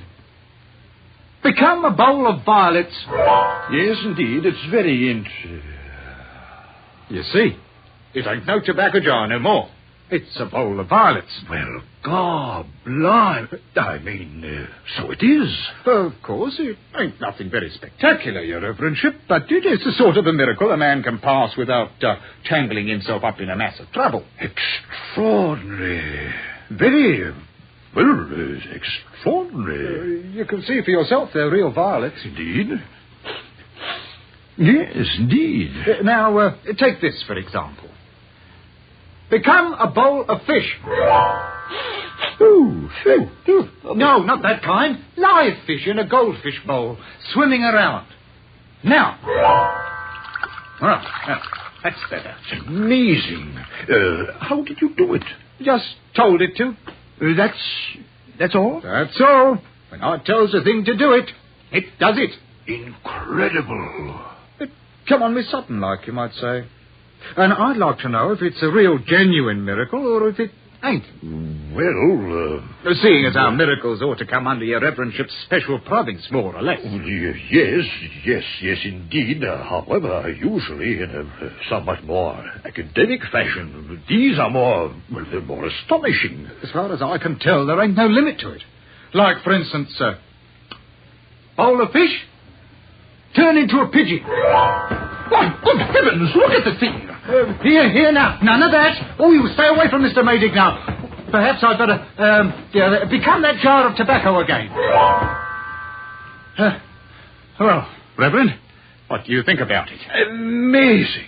It's the most extraordinary thing I've ever seen in my life. Ever expected to see. No, I've got to think about it, consider the possibilities. Well, I might come back in the morning. Oh, no. Wouldn't hear of it. I was about to dine when you rang. I wonder if you'd join me. Of course, I'm afraid there's only cold mutton. Oh, well, now, maybe there's something else you might like better. Oh, anything. Frankly, I've grown to hate the sight of... You don't mean... Why not? Just name it. Pheasant. I haven't tasted pheasant in years. And now is the time. Let there be a pheasant on the table. No.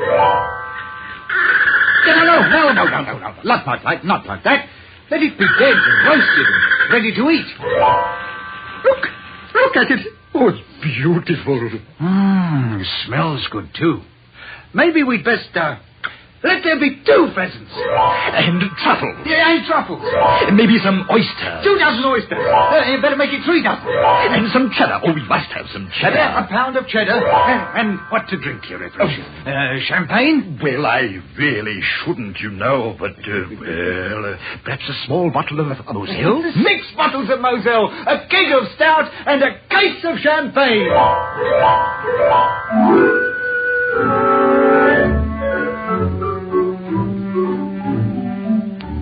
There wasn't no mistake about it. I'd come to the right place for certain. Once Mr. Maydig got over his first astonishment, he turned out full of ideas for brand new miracles. Things even I might never have thought of, like as not.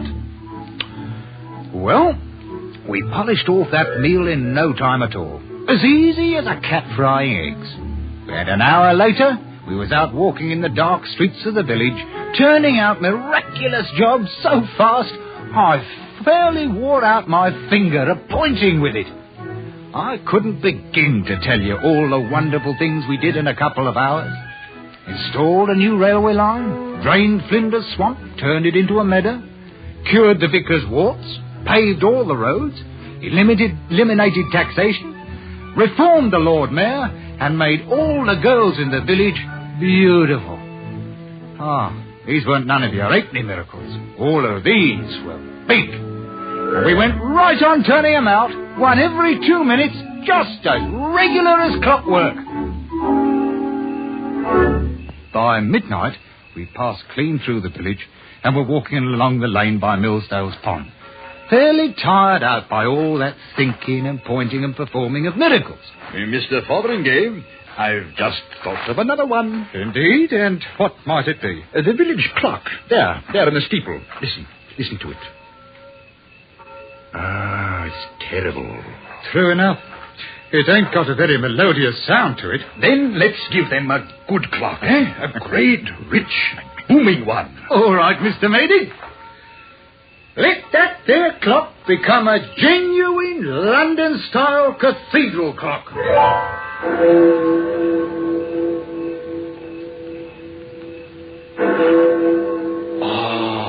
Much better. Much better.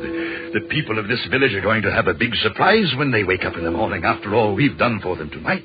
I might say there's one or two things we've done that I ain't so sure about. Oh? Like turning every drop of alcoholic beverages into plain water, for instance. Oh, it's nothing to worry about, Mr. Fotheringay. You can always turn out a miraculous pint or two for your own purposes, and it will reform all the drunkards in the village. Maybe so. At any rate, we might as well wait and see what comes of it. What do we perform next? I really don't know. Can't think of another single miracle that we haven't already. Half a moment, Mr. Mady. I just thought of one of my own I'd best take care of. Let Constable Winch be right back in San Francisco again. He might be catching a boat or a train or something, you understand? I think the best idea is just to keep sending him back there every once in a while. I doubt you have anything to worry about. San Francisco is some distance away, you know. Oh, is it? Oh, I'm glad to hear it. I keep trying to think of one more miracle. A big one. Something worthy of ending the night with. But I just don't... Oh, well, now. Huh? I say, there is one, you know. Such as? You see that moon, Mr. Fotheringay? Naturally. Almost full, by the looks of it. You remember Joshua? Joshua? Oh, come off it now. It would be a wondrous thing to see. Well, now, that's a pretty tall order, making the moon stand still. Oh, well, actually, it only appears to stand still. What really happens is that the Earth stops rotating. You don't have to inform me about scientific principles of which I am already familiar, Mr. Mady. Howsoever, I think we'd best not go monkeying around with the universe. Well, you probably don't have the power to do it anyway. It's really a superior class of miracle, you know. I got the power, all right, but I ain't so sure it's a good idea. I could do it if I wanted to. Oh, of course you could. Well, perhaps we'd better get along home. Half a mo now. I might just leave it stopped for a little while. Oh, if you could stop it at all. Oh, well now, if that's the way you feel, you just take a look at this. The old blinking world. Stop rotating. Where now? What's all this? I didn't order no wind. Fotheringay, what have you done? I don't rightly know. Look out. Things is starting to blow loose. Oh, you confounded, blundering idiot. Duck your head. Here comes a cow through the air. Missed. You better lie down in the ditch before it gets blown away. Oh, it's getting worse all the time. Well, I can't seem to pull my wits together. Oh, I got it. When the Earth stopped rotating, everything on the surface kept right on moving. 500-600 miles an hour. Houses, cows, the wind, everything. It's a scientific principle. A lot of good that does. Stop it, man. Stop it. Do something. Do... Oh, Mr. Maydig. Oh, Mr. Maydig. Oh, blimey if he ain't blown clean away. Gone. Oh, now I've got myself in a pine kettle of fish for certain. Only there weren't so much confusion, maybe I could... Oh, I say now. That's it. It's the only answer. All right now. Let nothing happen until I say the word go. And when I do, let everything go back exactly like it was just before I turned that blooming lamp upside down in the Long Dragon bar. And at the same time, let me lose this here miraculous power completely. Forget all about it. Have you got it now? Everything just as it were. No more miracles. And let me forget the whole thing. All right, then. Ready? Go!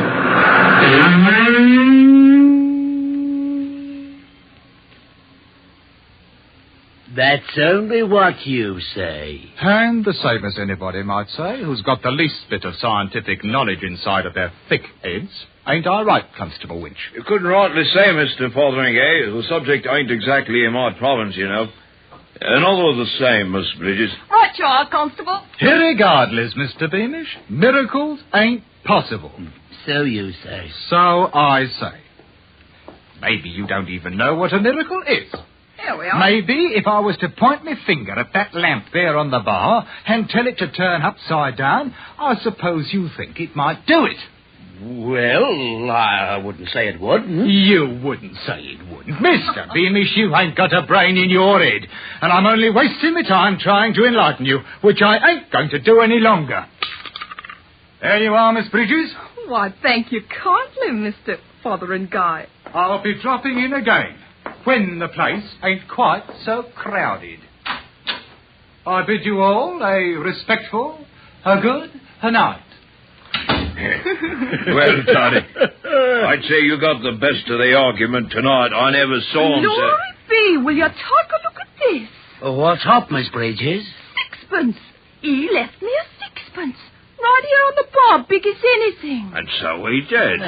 The like of it ain't never happened before. Saints preserve us if it ain't a downright bloomin' miracle. That's what it is. A bloomin' miracle.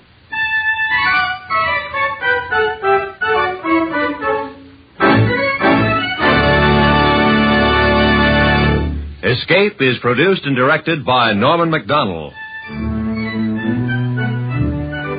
Tonight we have brought you The Man Who Could Work Miracles by H.G. Wells, adapted for radio by Les Crutchfield, with editorial supervision by John Dunkel.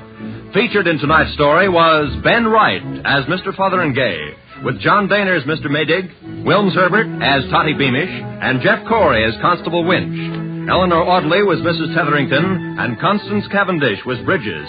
Special music by Ivan Ditmars.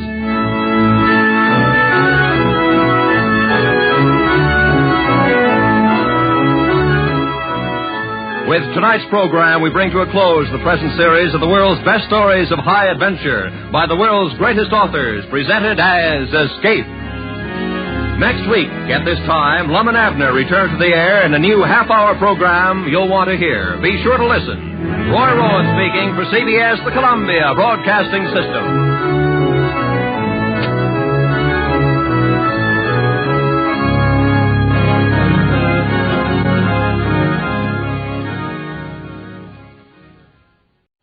Tired of the everyday routine? Ever dream of a life of romantic adventure? Want to get away from it all? We offer you Escape. Escape, designed to free you from the four walls of today for a half hour of high adventure. Escape, brought to you by your Richfield gasoline dealer and the Richfield Oil Corporation of New York. Marketers of Richfield gasolines, motor oils, and other petroleum products. Look for the Richfield Eagle on the cream and blue pumps.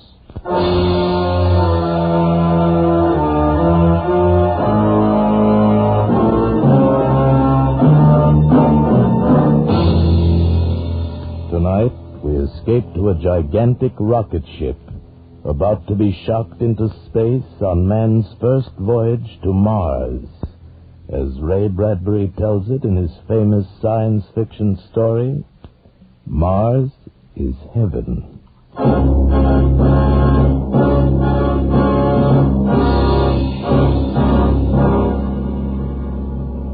The project is magnificent, overwhelming, and tremendous. We return you now to the scene of the takeoff in the desert of New Mexico. Go ahead, New Mexico. Thank you, London. This is Stuart Novins back in New Mexico. I'm standing here on the Great Steel Observation Platform overlooking the takeoff stand. As the moment for departure draws nearer, the whole area has been flooded with artificial light. It bathes the spaceship in a kind of silver luminescence, and surrounding it, engulfing it, this subdued hysteria of hundreds of thousands of people come to see the start of this incredible voyage of 18 men in the rocket ship The Venture. It's standing there pointing upward, pointing toward the heavens, and in a few minutes it will bloom out into great flowers of heat and color, shocked into space on man's first voyage to Mars. As you know, ladies and gentlemen, prayers are being said for these 18 men and their ship, the first men, the first ship to dare the voyage to another planet. Prayers are being said by every creed in mosques and churches and synagogues the world over. We take you now to the Basilica of St. Paul's in Rome.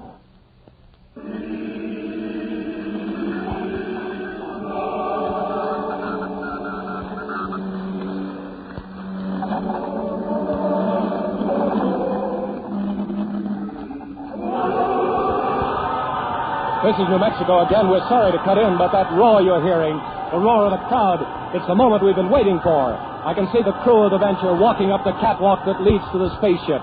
The men are entering, and now the escape hatch is closed.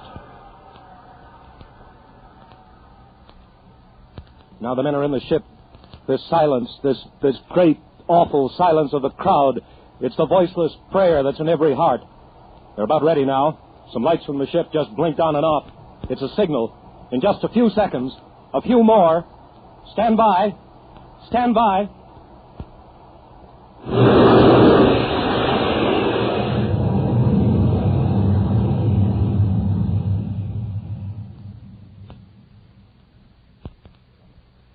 They're gone. The Venture. It's out of sight.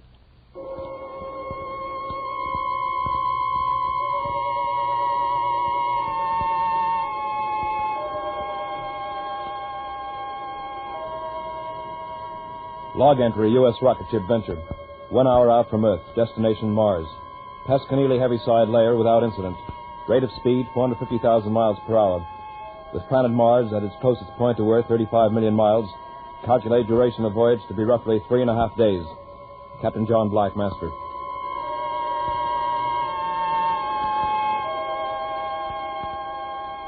Log entry, U.S. rocket ship The Venture. 12 hours out from Earth. While navigating supertension atmospheric forces, port shield generator broke down. Replaced by booster. Yes? Lieutenant Lustig reporting, sir. Come in, Pete.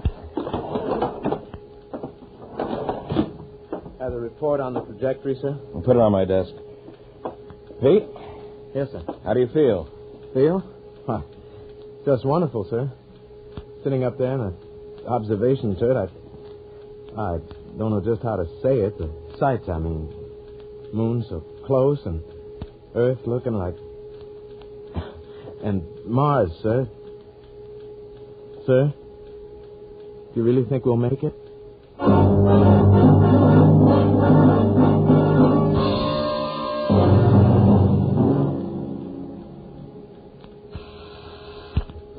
Who is it? Dr. Hengsten, Captain. May I come in? Sure, Sam.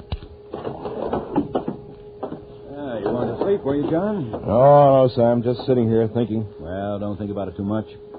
Sleep instead. You need all the sleep you can get. Who sleeps? Who sleeps and has no way of knowing what's waiting for him? Look at it through the porthole, Sam. Mars. How would you describe it, that glittering blob of red? That's good enough. Will it consume us?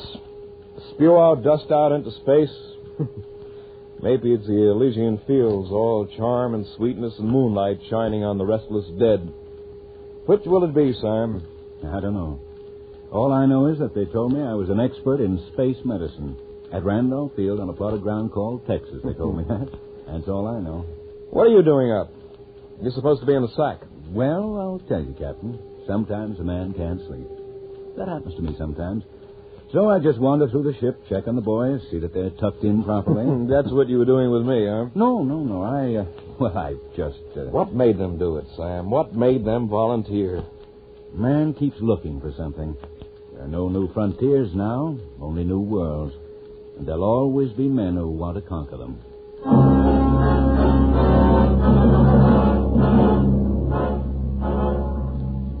Log entry, U.S. rocket ship Venture. 78 hours out from Earth. Approaching gravitational field of Mars. Atmospheric conditions similar to Earth's.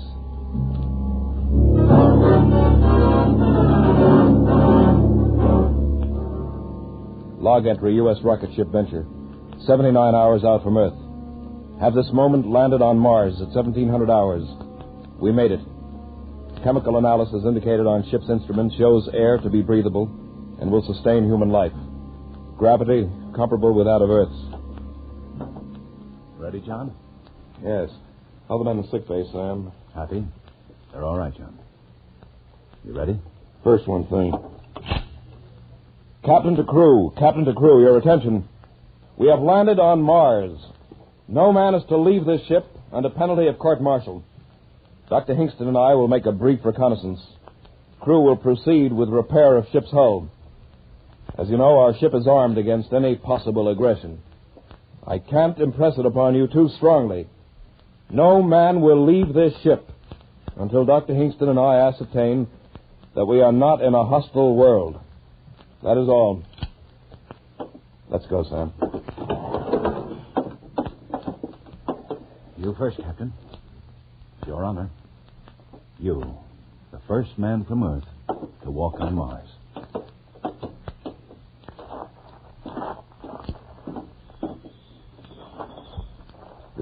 This grass, it's a well-kept lawn. John, look over there. A house. A Victorian house. Colored glass and scrolls and everything. I don't believe it. Come on. Sam, look at these. 2 iron deer on this lawn. We had a pair of these when I was a kid. Sam, did you hear that? That piano from that house. Sam, this isn't Mars. It can't be. It just can't be. It can't be, John, but it is. Welcome to Mars.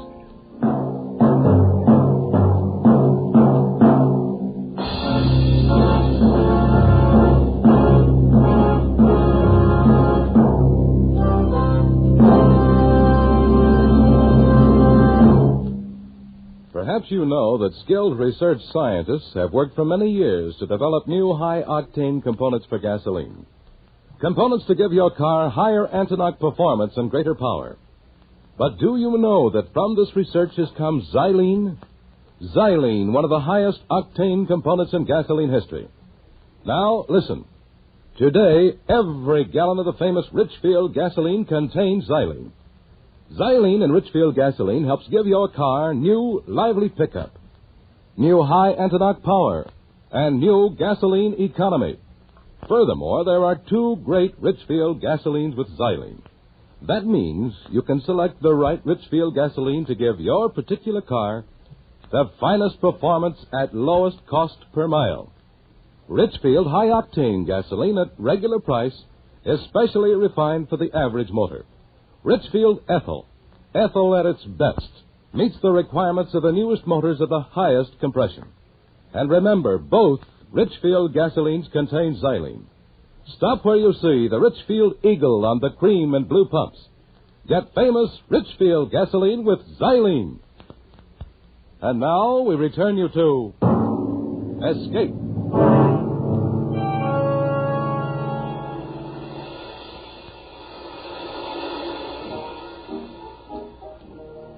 What did I say, Sam?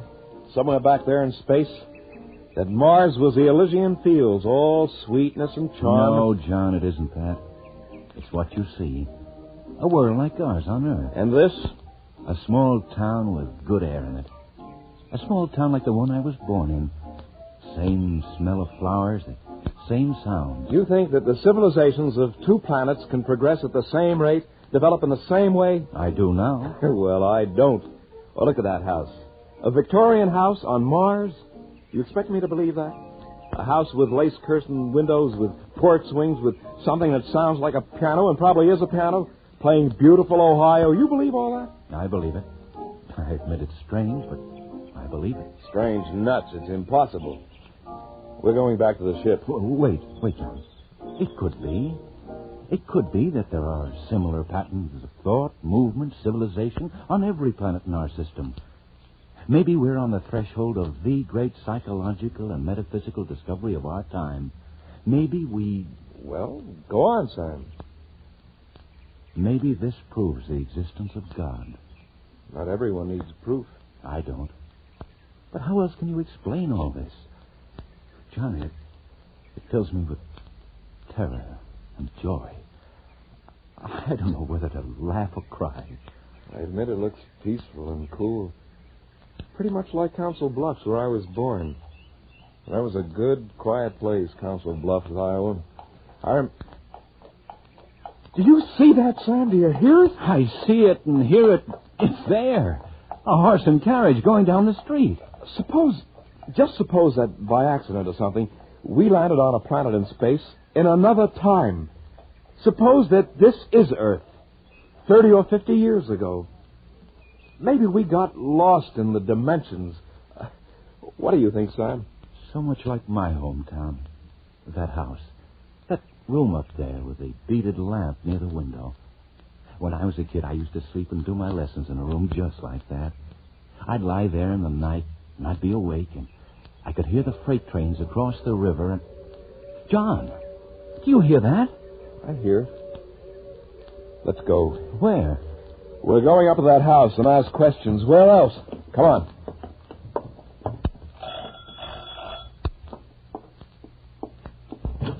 Yes, can I help you? I beg your pardon, but we want... If you're selling something, I'm much too busy and I haven't time. We're all at supper. Oh, wait, don't go. What town is this? What do you mean, what town is this? How could you be in a town and not know what town it was? Oh, I beg your pardon, but we're strangers here. We're from Earth. And we want to know how this town got here, how you got here. Are you census taker? No. Well, what do you want, then? How long has this town been here? It was built in 1868. Is this a game? Oh, no, not a game. Look, try to understand. We're from Earth. From where? From Earth. Where's that? The Earth? What? Out of the ground, do you mean? Oh, no, from the planet Earth. Come out on the porch, please, and I'll show you. No, I won't come out there. You're evidently quite mad from this town. Let me try, John. Lady, we came in a flying ship across space among the stars. We came from the third planet from the sun, Earth, to this planet, which is Mars. Now, do you understand? You're touched from the sun, too. Go away now before I call my husband from his supper. He'll beat you up. That's what he'll do. But this is Mars, isn't it? This is Green Lake, Ohio, on the continent of America, surrounded by the Pacific and Atlantic Oceans on a place called the world, or sometimes the Earth. Go away now. Go away. Let's take a walk, Sam. Yeah.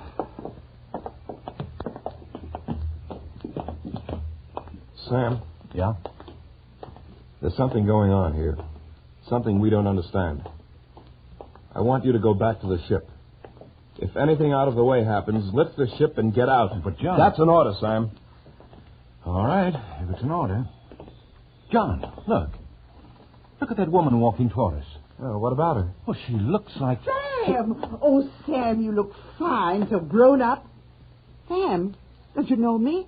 It's your grandma, your old grandma. Grandmother? What's wrong, Sam? This is a happy meeting. And who is this friend of yours? This is Captain John Black. John, this is my grandmother. Grandmother? So help me. So help me, John. This is my grandmother. She's dead. Died 30 years ago. But this is my grandmother. Well, there's no sense standing here on the street. You just come along to my house. We've so much to talk about. You too, Captain. And a friend of my grandson's is mine, too. Now, don't stand there with your mouths open. Come on.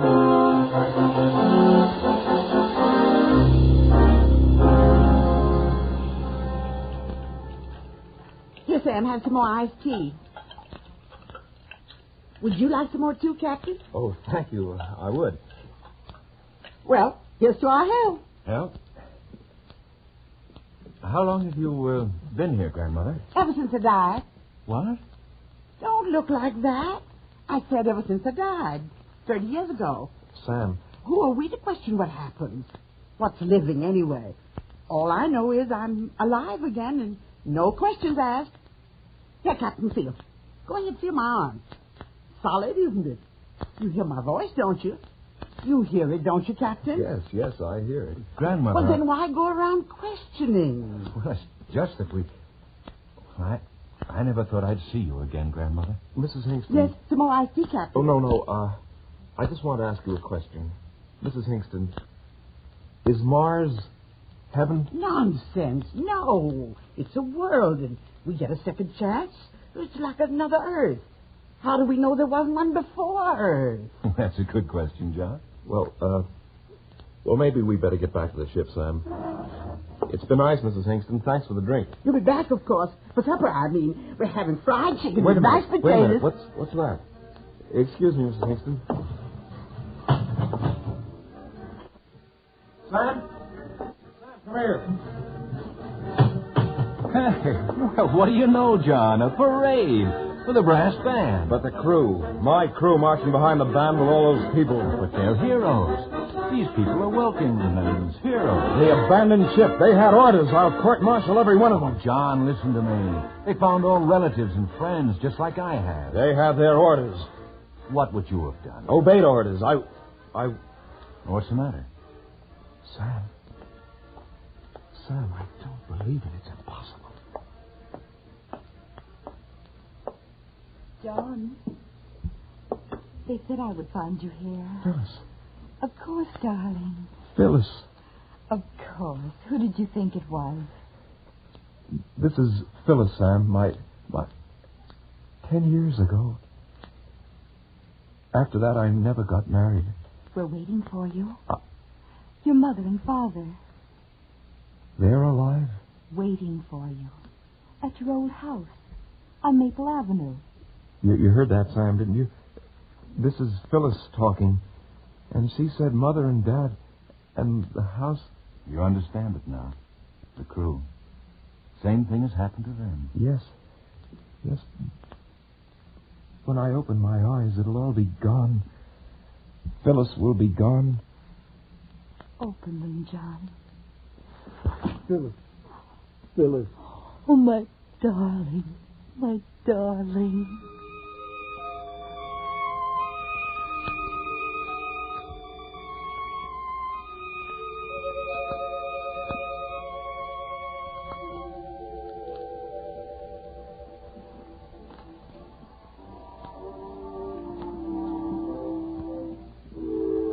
It's good to see you children dancing together again.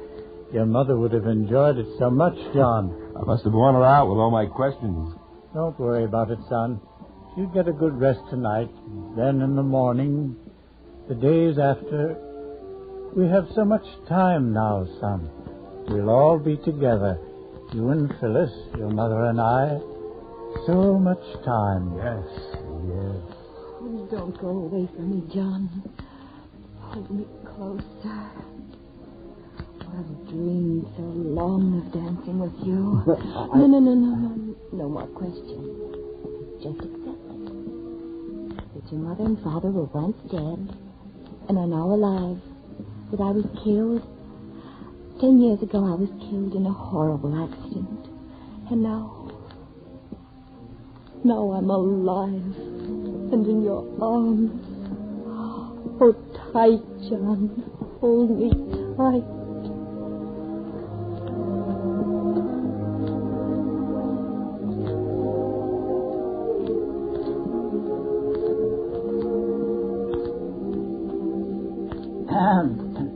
Well, I think I'll run along to bed now. You children won't forget to turn out the lights. Well, you know what to do. Good night, Phyllis. Good night, Father Black. Good night, son. Good night, Dad.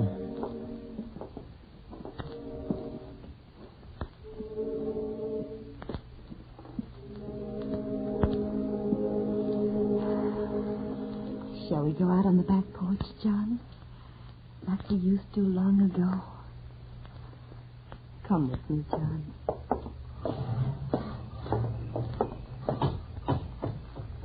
Here. Let's sit here on the steps. Remember that grape arbor? You built it. Oh, I remember you hit your thumb with a hammer, and I cried. You're very silent, John. Is anything wrong? Phyllis, I just had a crazy notion. Suppose this were Mars. But it isn't. Humor me, Phyllis. Suppose it were Mars, and the Martians saw our ship coming and saw us inside our ship and hated us, and they wanted to destroy us, but in a very clever way. Yes. Well, what would be the best weapon a Martian could use against us with our atomic bombs, our hydrogen? John. No, let me finish. The hypothesis is interesting. The Martians would use telepathy, hypnosis, memory, imagination. Oh, John, don't question us anymore. No more. Look, suppose this town is some other shape, a Martian shape.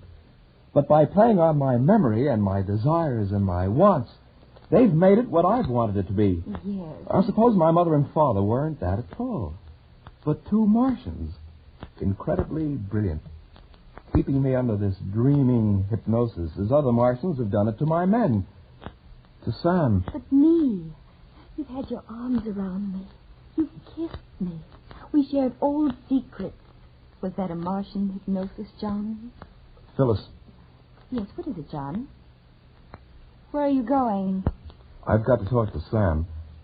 I've got to find out what he thinks now that he's alone with his grandmother. Stay here with me, John. Well, I've got to talk to Sam. Maybe he's beginning to wonder, too. You're not going anywhere, John. Phyllis! Phyllis, no! You're not Phyllis! I was right. You're not... You're not...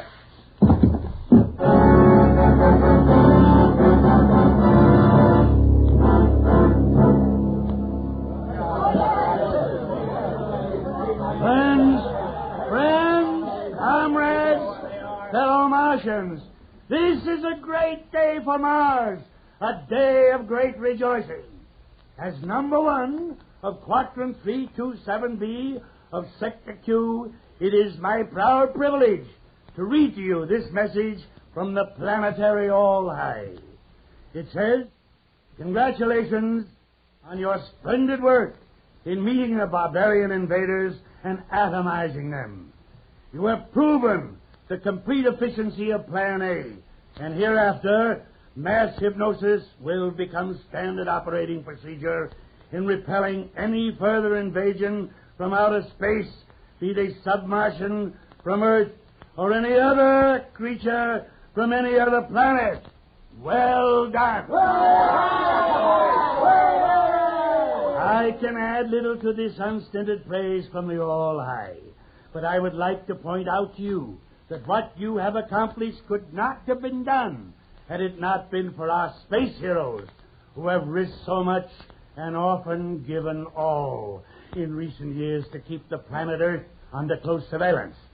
This surveillance, as you know, has been accomplished by our space patrols, known to Earthmen as flying saucers. They were courageous, these Earth creatures, to brave space in that crude ship, but they were inferior beings, and therefore they had to be atomized. Their extinction was necessary to ensure our way of life. Yet perhaps, since this has been your first encounter with creatures from outer space, you whose glorious victory this has been, may want to say something. Is there anyone who wants to say something? You? Well, yes. It was a very interesting experience. He said his name was John Black. He was a nice young being. Nice. He thought I was his father, whatever that is. I guess that's all I want to say. And you? No, I don't think so.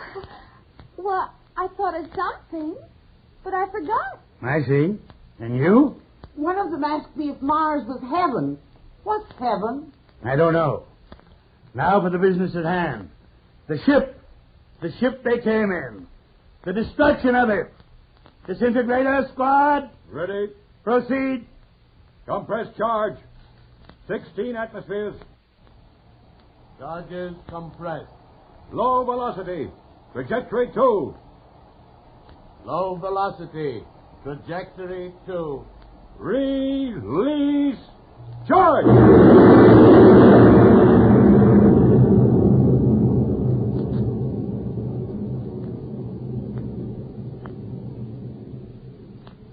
The ship they came in, it's gone.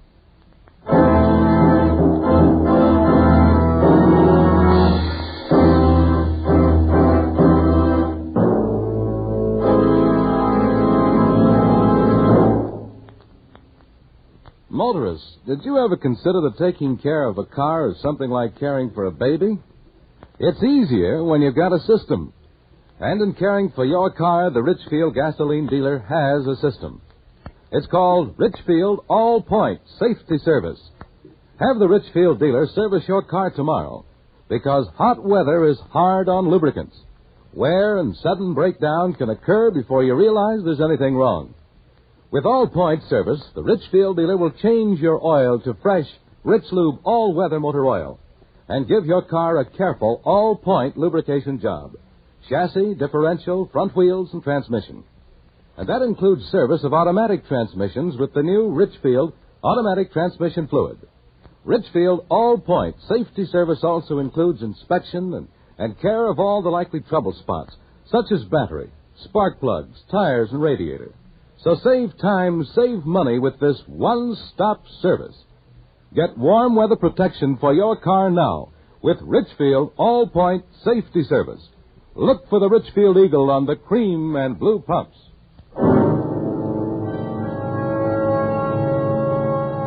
Escape is produced and directed by William N. Robeson. And tonight has presented Mars is Heaven by Ray Bradbury. Adapted for radio by Morton Fine and David Friedkin. Featured in the cast were Jeff Corey as Captain Black, Florence Bates as the grandmother, Bill Johnstone as Dr. Hingston, Walter Catlett as number 1 of Mars, Elizabeth Root as Phyllis, Paul Frees as Peter Lustig, Ian Wolfe as the father, and Stuart Novins, who played himself. Also heard were Ruth Parrott and Ben Wright. Special music arranged and played by Ivan Ditmars. Next week. You're standing on the floor of the ocean, pronging up a fortune in sponges. But moving closer and closer to you, his huge sponge hook raised to rip open your diving suit, is a man from whom there is no escape. Next week at this time, the Richfield Oil Corporation of New York invites you to escape with an exciting story about sponge fishers in the Gulf of Mexico, as John and Gwen Bagney tell it in The Big Sponge. Be listening. Goodbye then until the same time next week when once again we offer you Escape.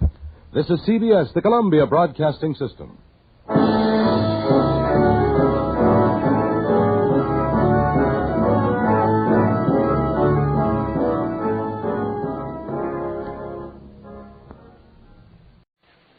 Tired of the everyday grind? Ever dream of a life of romantic adventure? Want to get away from it all? We offer you Escape. Escape, designed to free you from the four walls of today for a half hour of high adventure.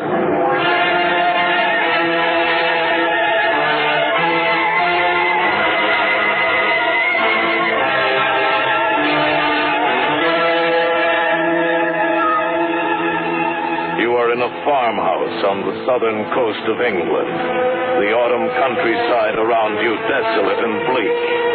And you know that in the dusk outside, waiting patiently for you, silently watching for you, is an enemy from whom there may be no escape.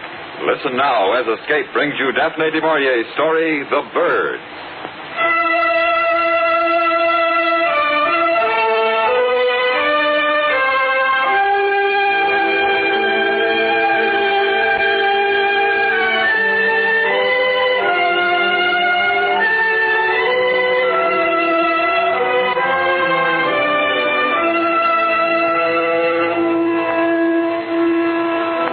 September the 3rd, the wind changed overnight, and it was winter.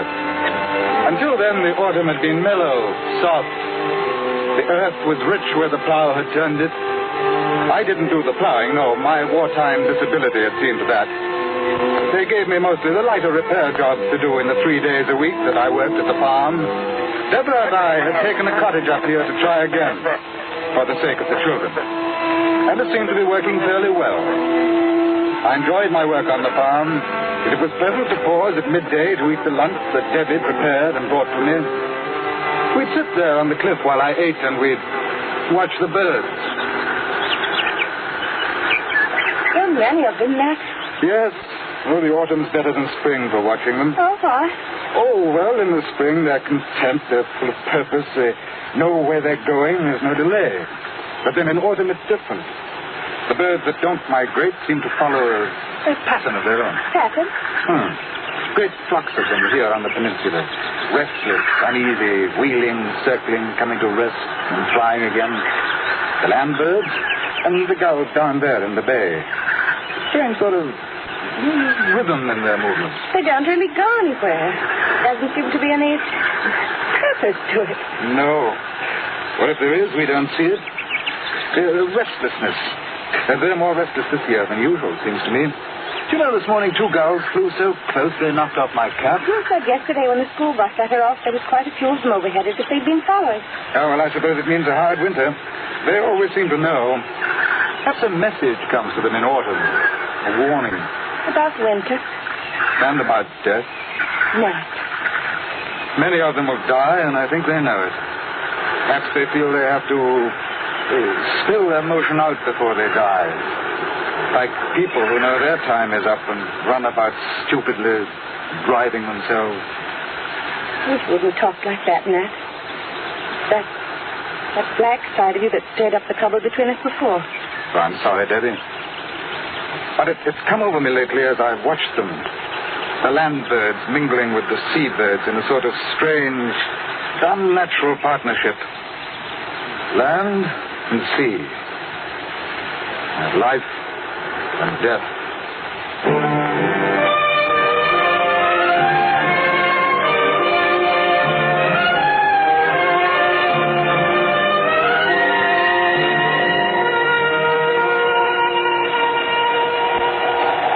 At night it turned colder, yet the wind strengthened. Around 2 a.m, the sound of it beating against the house woke me up. I lay there with this slow, even breathing of Debbie beside me, and I thought of Jill and Johnny in the room across the hall. We seemed safe, secure. And then I heard it. A tapping on the window. First I thought it was a loose shutter, and then I realized it wasn't. I got out of bed, went to the window, opened it. Suddenly something brushed against my hand. It jabbed at my knuckles, and then was gone over the roof and behind the cottage. Yes. What's it? It's all right, Debbie. It was a bird. I don't know what kind. Bird? Wind must have driven it against the window, so my hand's wet. It's blood. A Degatron blood. That's cute, Nat. Must have been frightened and stabbed at me in the dark. Well, but Nat, the window's secret. It's cracking. I've already seen it. It's some bird trying to get in. Send them away. I can't sleep with that noise. All right. All right.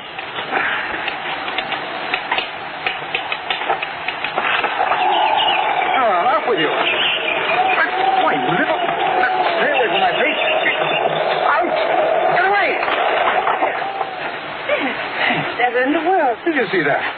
There were half a dozen this time. They went for me. They tried to peck my eyes. Oh, yes. I'm not making it up, Dick. What? What? It's Jill. Go see what's the matter. Right. Coming, Jill. Where's Johnny? Under the blanket. What's the matter? Quick, get the children out of here. Bird. The room comes bird. And my leg. Get the children out of here and shut the door. Quick.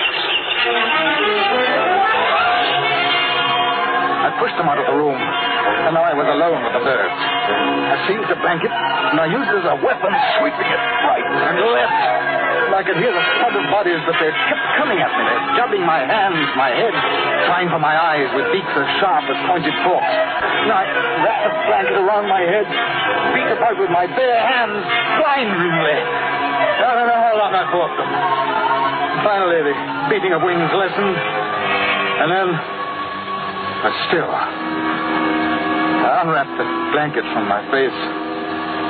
The cold gray dawn had seeped into the room. The floor was littered with the tiny corpses of the birds. Robins, finches, sparrows, larks. Some had lost feathers in the fight. The others had blood, my blood, on their beaks. Sickened, I went to the window. The fierce sea broke harshly on the bay. But there was not a bird in sight. Not a sparrow chattered in the hedge, no early thrush or blackbird pecked on the grass for worms. There was no sound at all but the east wind and the sea. Ned? I'm all right, Debbie. Oh, I didn't know. You're covered with blood. Some of it's the birds. Look on the floor. Oh. So many of them. Yeah, 50. I counted them. It's horrible. Come on, darling. I'll clean the room later when I have more stomach for it. It must have been ghastly for Are the children all right? Yes, I put Jill to work making tea. Johnny's in our bed just now asleep. Not why. The birds? Well, it must be the weather. The sudden change confused them. It has to be that. The tea's ready, Mommy. Oh, good. Did you drive away the birds? Yes, they're all gone now, Jill. I hope they won't come again. Perhaps if we put breadcrumbs for them outside the window, they'll eat that and fly away. Bester. I've already had breakfast. I'd better hurry or I'll be late for the school bus. But, I'll walk with you to the road, Jill. Yes, I think that'd be a good idea. I'll go get my coat and books. I didn't want her to walk alone. Matt, they wouldn't come back again. All right. I'll go over to the farm and find out if they heard anything during the night. You keep all the windows and doors closed, Debbie, just to be on the safe side,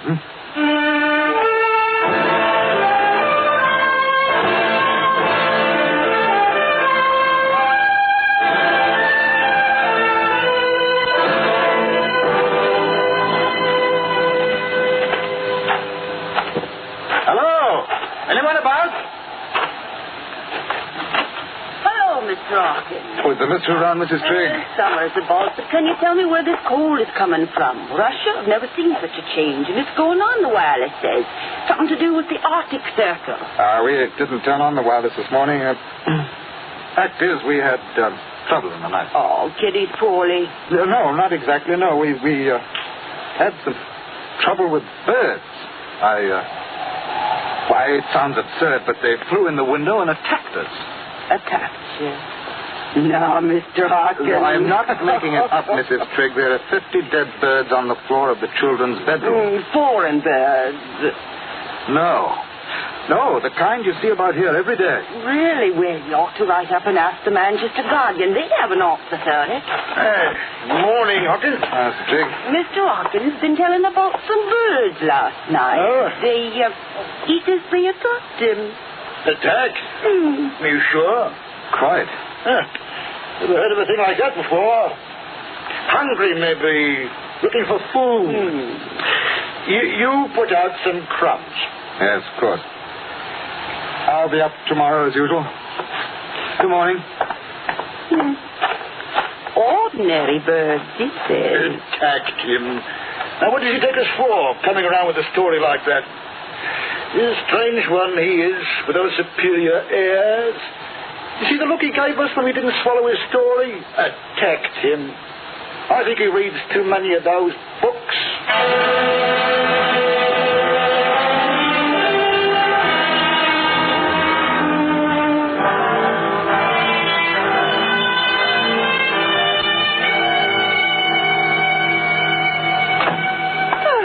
Did you find out anything at the farm? No.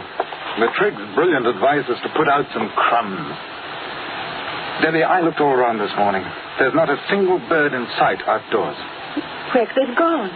I don't know. And the Triggs had no trouble last night. Not only that, they clearly thought I was imagining it.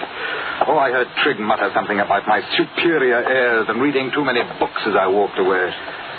Nothing's real to those clods until it hits them over the head. Well, they're nice enough people, Ned. Just that they're isolated up here. Well, that certainly is a polite word for it. I haven't been able to face going into the children's room. The birds... Oh, yes, I'll go and clean it up. I suppose the least I can do is give the little beggars a decent burial.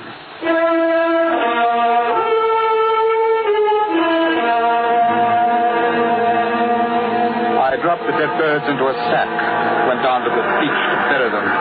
The wind was bitter cold. I dug a pit in the sand with my heel and started to empty the sack into it, but the wind caught the birds and whirled them along the shore. There was something ugly in the sight, but the tide would take them when it turned.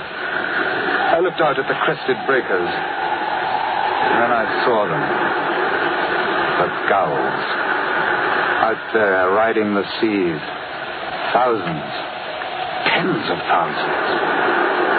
They rose and fell in the trough of the sea like a mighty fleet at anchor, waiting for the turn of the tide. Waiting. They stretched as far as my eye could reach. They covered the sea. I started up the steep path home, almost running. Someone should know of this. Someone should be told. But who? And then as I opened the front door, I saw Debbie beside the wireless listening. Damage and even attacking individuals. It is thought that the Arctic airstream is causing the birds to migrate south in immense numbers, and that intense hunger may drive them to attack human beings. Householders are warned to see to their windows, doors, and chimneys, and to take all precautions for the safety of their children. Further bulletins will be issued later.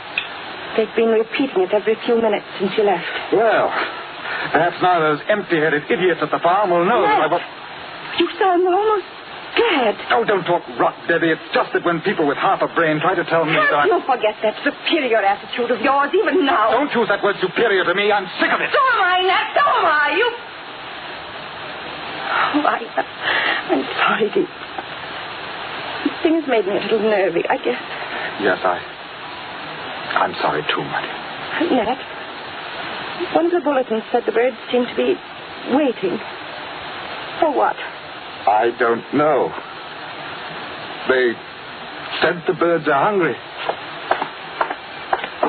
What are you doing? Yeah, the hammer. I'm going to get some boards and see to the doors and windows as they tell you to. You think they could break in with the windows shut? There's sparrows and robins and such. How could they? I wasn't thinking about the smaller birds. I was thinking about the gulls. The gulls? Debbie, have you ever been close enough to get a good look at a gull's beak? There must be 100,000 of them out there, riding the sea, waiting.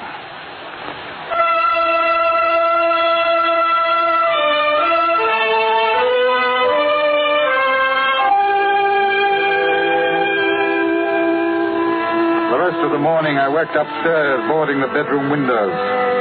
And I wondered whether they'd take these precautions up at the farm. I doubted it. It probably a joke to the Triggs. But according to the wireless, it was no joke. At first, some of the bulletins had been light in tone, but as the morning wore on, the concern in the announcer's voice became more and more apparent. Well, after I finished upstairs, I took the rest of the lumber down, boarded up the lower floor windows. What they ought to do is call the army out and shoot the birds. That would soon scare them off. Debbie, how are we off for food? Now, Nat, whatever next. Now, never mind. What have you got in the larder? Shopping in it tomorrow, you know that. I don't keep uncooked food hanging about. It goes off.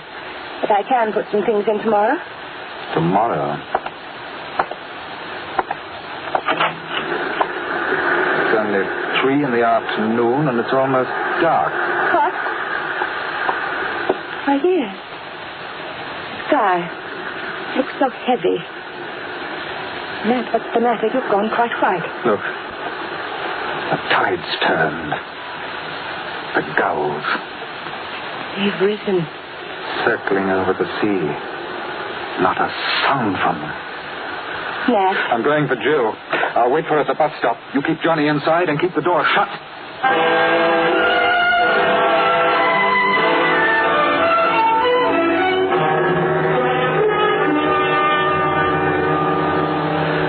Outside, I looked for a weapon, but a hoe was all I could find. And I went to the top of the hill and waited. The surf was booming below, and a smudge rose behind the clay hills in the distance. It widened, divided, and spread north, east, south, west. It was a vast cloud of birds, and passed close by, heading inland, up country. They had no business with the people here on the peninsula. Rooks, crows, jackdaws, magpies, birds that usually preyed upon the smaller species, but this afternoon they were bound on some other mission. They've been given the towns, I thought. They know what they have to do. We don't matter so much here. The gulls will serve for us. The others go to the towns. And finally the bus came. When Jill got out, I took her by the hand. Daddy. Oh, I just brought it along. Come along now, darling. Let's go home. It's cold. No hanging about. I want to play a bit in the rain. Not tonight. Now, come on. No dawdling. Look, Daddy. Look over there. Look at the gulls. They're flying in from the sea. It's so quiet. Yes. Do hurry, darling. Where are they flying to? Oh, up country, I dare say, where it's warmer. But don't go so fast. I can't keep up. Hurry. The gulls, they're circling. It looks like they're waiting for something. For a signal, an order. What? Nothing. Come on, dear, faster. But I can't go faster. Wait. There's Trigg in his two-seater. Well, it looks as though we're in for some fun, Hawking. Have you heard the news? Everyone's gone bird crazy, talking of nothing else. I'm going to take a crack at them with my gun. Could you run Jill home first? Oh, yes, of course. Not room for you too, I'm afraid. Oh, that's all right. Just get Jill home. Get in, Julia. You like to come shooting with me? No, thanks. Have you boarded your windows? No. It's a lot of nonsense. They like to scare you on the wireless. I'd board them if I were you. Oh, go on. You're windy. Well, see you in the morning. Give you a gull breakfast.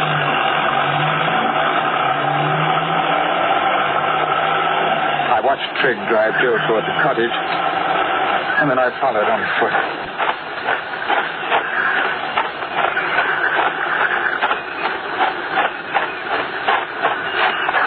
The sound made me look up. The gulls were approaching. The order had been given, and the farm was their target. The black-backed gulls were leading, and there were bigger birds, gannets, terns. And suddenly one of them dove at me, missed, rose to dive again, and then came the other, 6, 7, dozen. I dropped the hoe, covered my head with my arms, and ran toward the cottage. They kept coming at me from the air with beating wings. Each stab of a swooping beak tore my flesh. I had to keep them from my eyes. And with each dive they became bolder. And they had no thought for themselves. When they missed, they crashed, bruised and broken on the ground. And as I ran, I stumbled, kicking their spent bodies in front of me. Rather aimed a better, closer to my eyes, closer. And then I reached the door of the cottage. Let me in! It's Max! Let me in!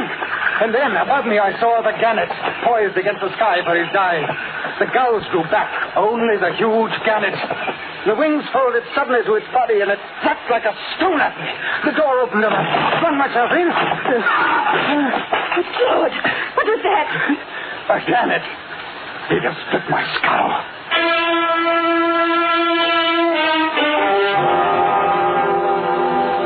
Better now?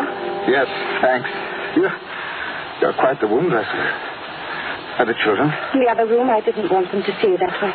No. Your hands are the worst. I'll be all right. We'd better all sleep here in the kitchen tonight. I'll bring down the mattresses. All right. I'll pick something tasty for supper and we can prepare. Wait. That sound. What is it? The birds crowding against the outside of the house. They're trying to find a way in. Nat. No, they can't get in. I tell you, they cannot get in. The boards will hold. For how long? How long? Here. I'll turn on the wireless. I'll drown them out. There. That's better. Yes. Anything so I can't hear the whole of the It's only the food that worries me, Debbie. Now, I've noticed that the birds come in with the tide, but the tide will go out about 9 tonight, and we should have a lull of about 6 hours. I could slip out during that time and go to the farm, see if they can give us something. Here's London. A national emergency was proclaimed at 4 o'clock this afternoon. Yes. Measures are being taken to safeguard the lives and property of the population, but it must be understood that these are not easy to effect immediately, due to the unforeseen and unparalleled nature of the present crisis. It is absolutely imperative that everyone remain indoors until further notice. The birds, in vast numbers, are attacking everything in sight. The population is asked to remain calm and not to panic. There will be no further transmission from any broadcasting station until 7 a.m. tomorrow. It's like this all over again. All over. Debbie, about supper, let's forget it. Let's all just try to get some sleep.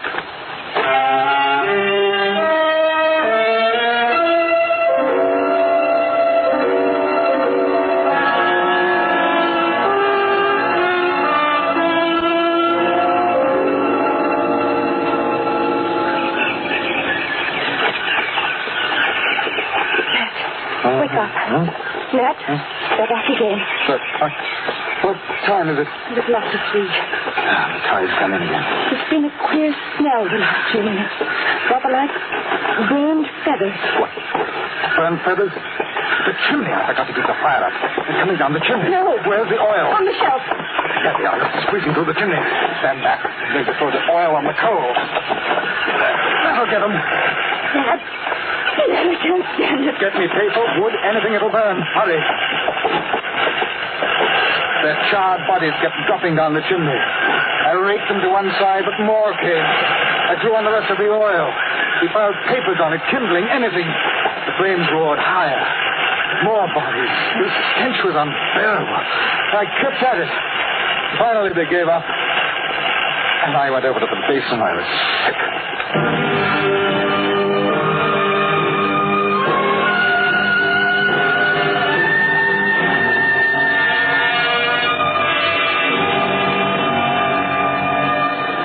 Around 9 in the morning, the rustling ceased. I opened the door a crack. Crushed birds were deep about the house, but there was not a living bird in sight. The tide had gone out. Now was my chance to get food and fuel. I ran all the way to the farm. There was no smoke from the chimney. I came round the corner of the house and stopped in the doorway, almost covered with dead birds for Mr. and Mrs. Trigg. What was left of them. Beside him was his gun. Beside her, a broken umbrella.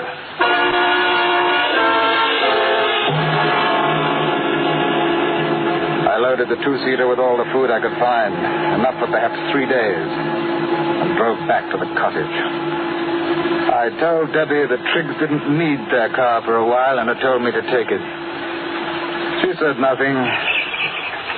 And toward nightfall, the birds came back again. We sat by the fire and listened to the rustle as they crowded against the house. But this time there was a new sound. They brought up their heavier forces against us, the birds with larger beaks. I could hear the sound of tiny bits of wood being torn away. They will stay till the tide turns. Then they leave. Then they'll come back again. They'll keep coming back. Nat. Yes? The Triggs. They're dead, aren't they? Yes. We're all alone. Strange. I feel closer to you than I've ever. And it should take something like this to bring it.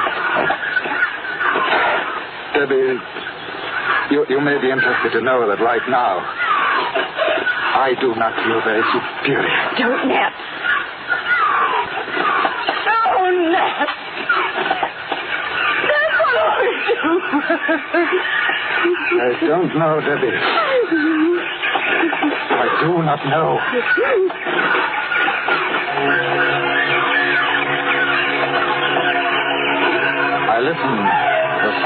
splintering wood. And I wondered how many million years of memory were stored in those little brains, behind the stabbing beaks, the piercing eyes, now giving them this instinct to destroy mankind with all the deft precision of machines. I switched on the wireless. It was dead. I reached for the cigarette. There was only one left in the packet. I lit it. I threw the empty packet on the fire and watched it burn.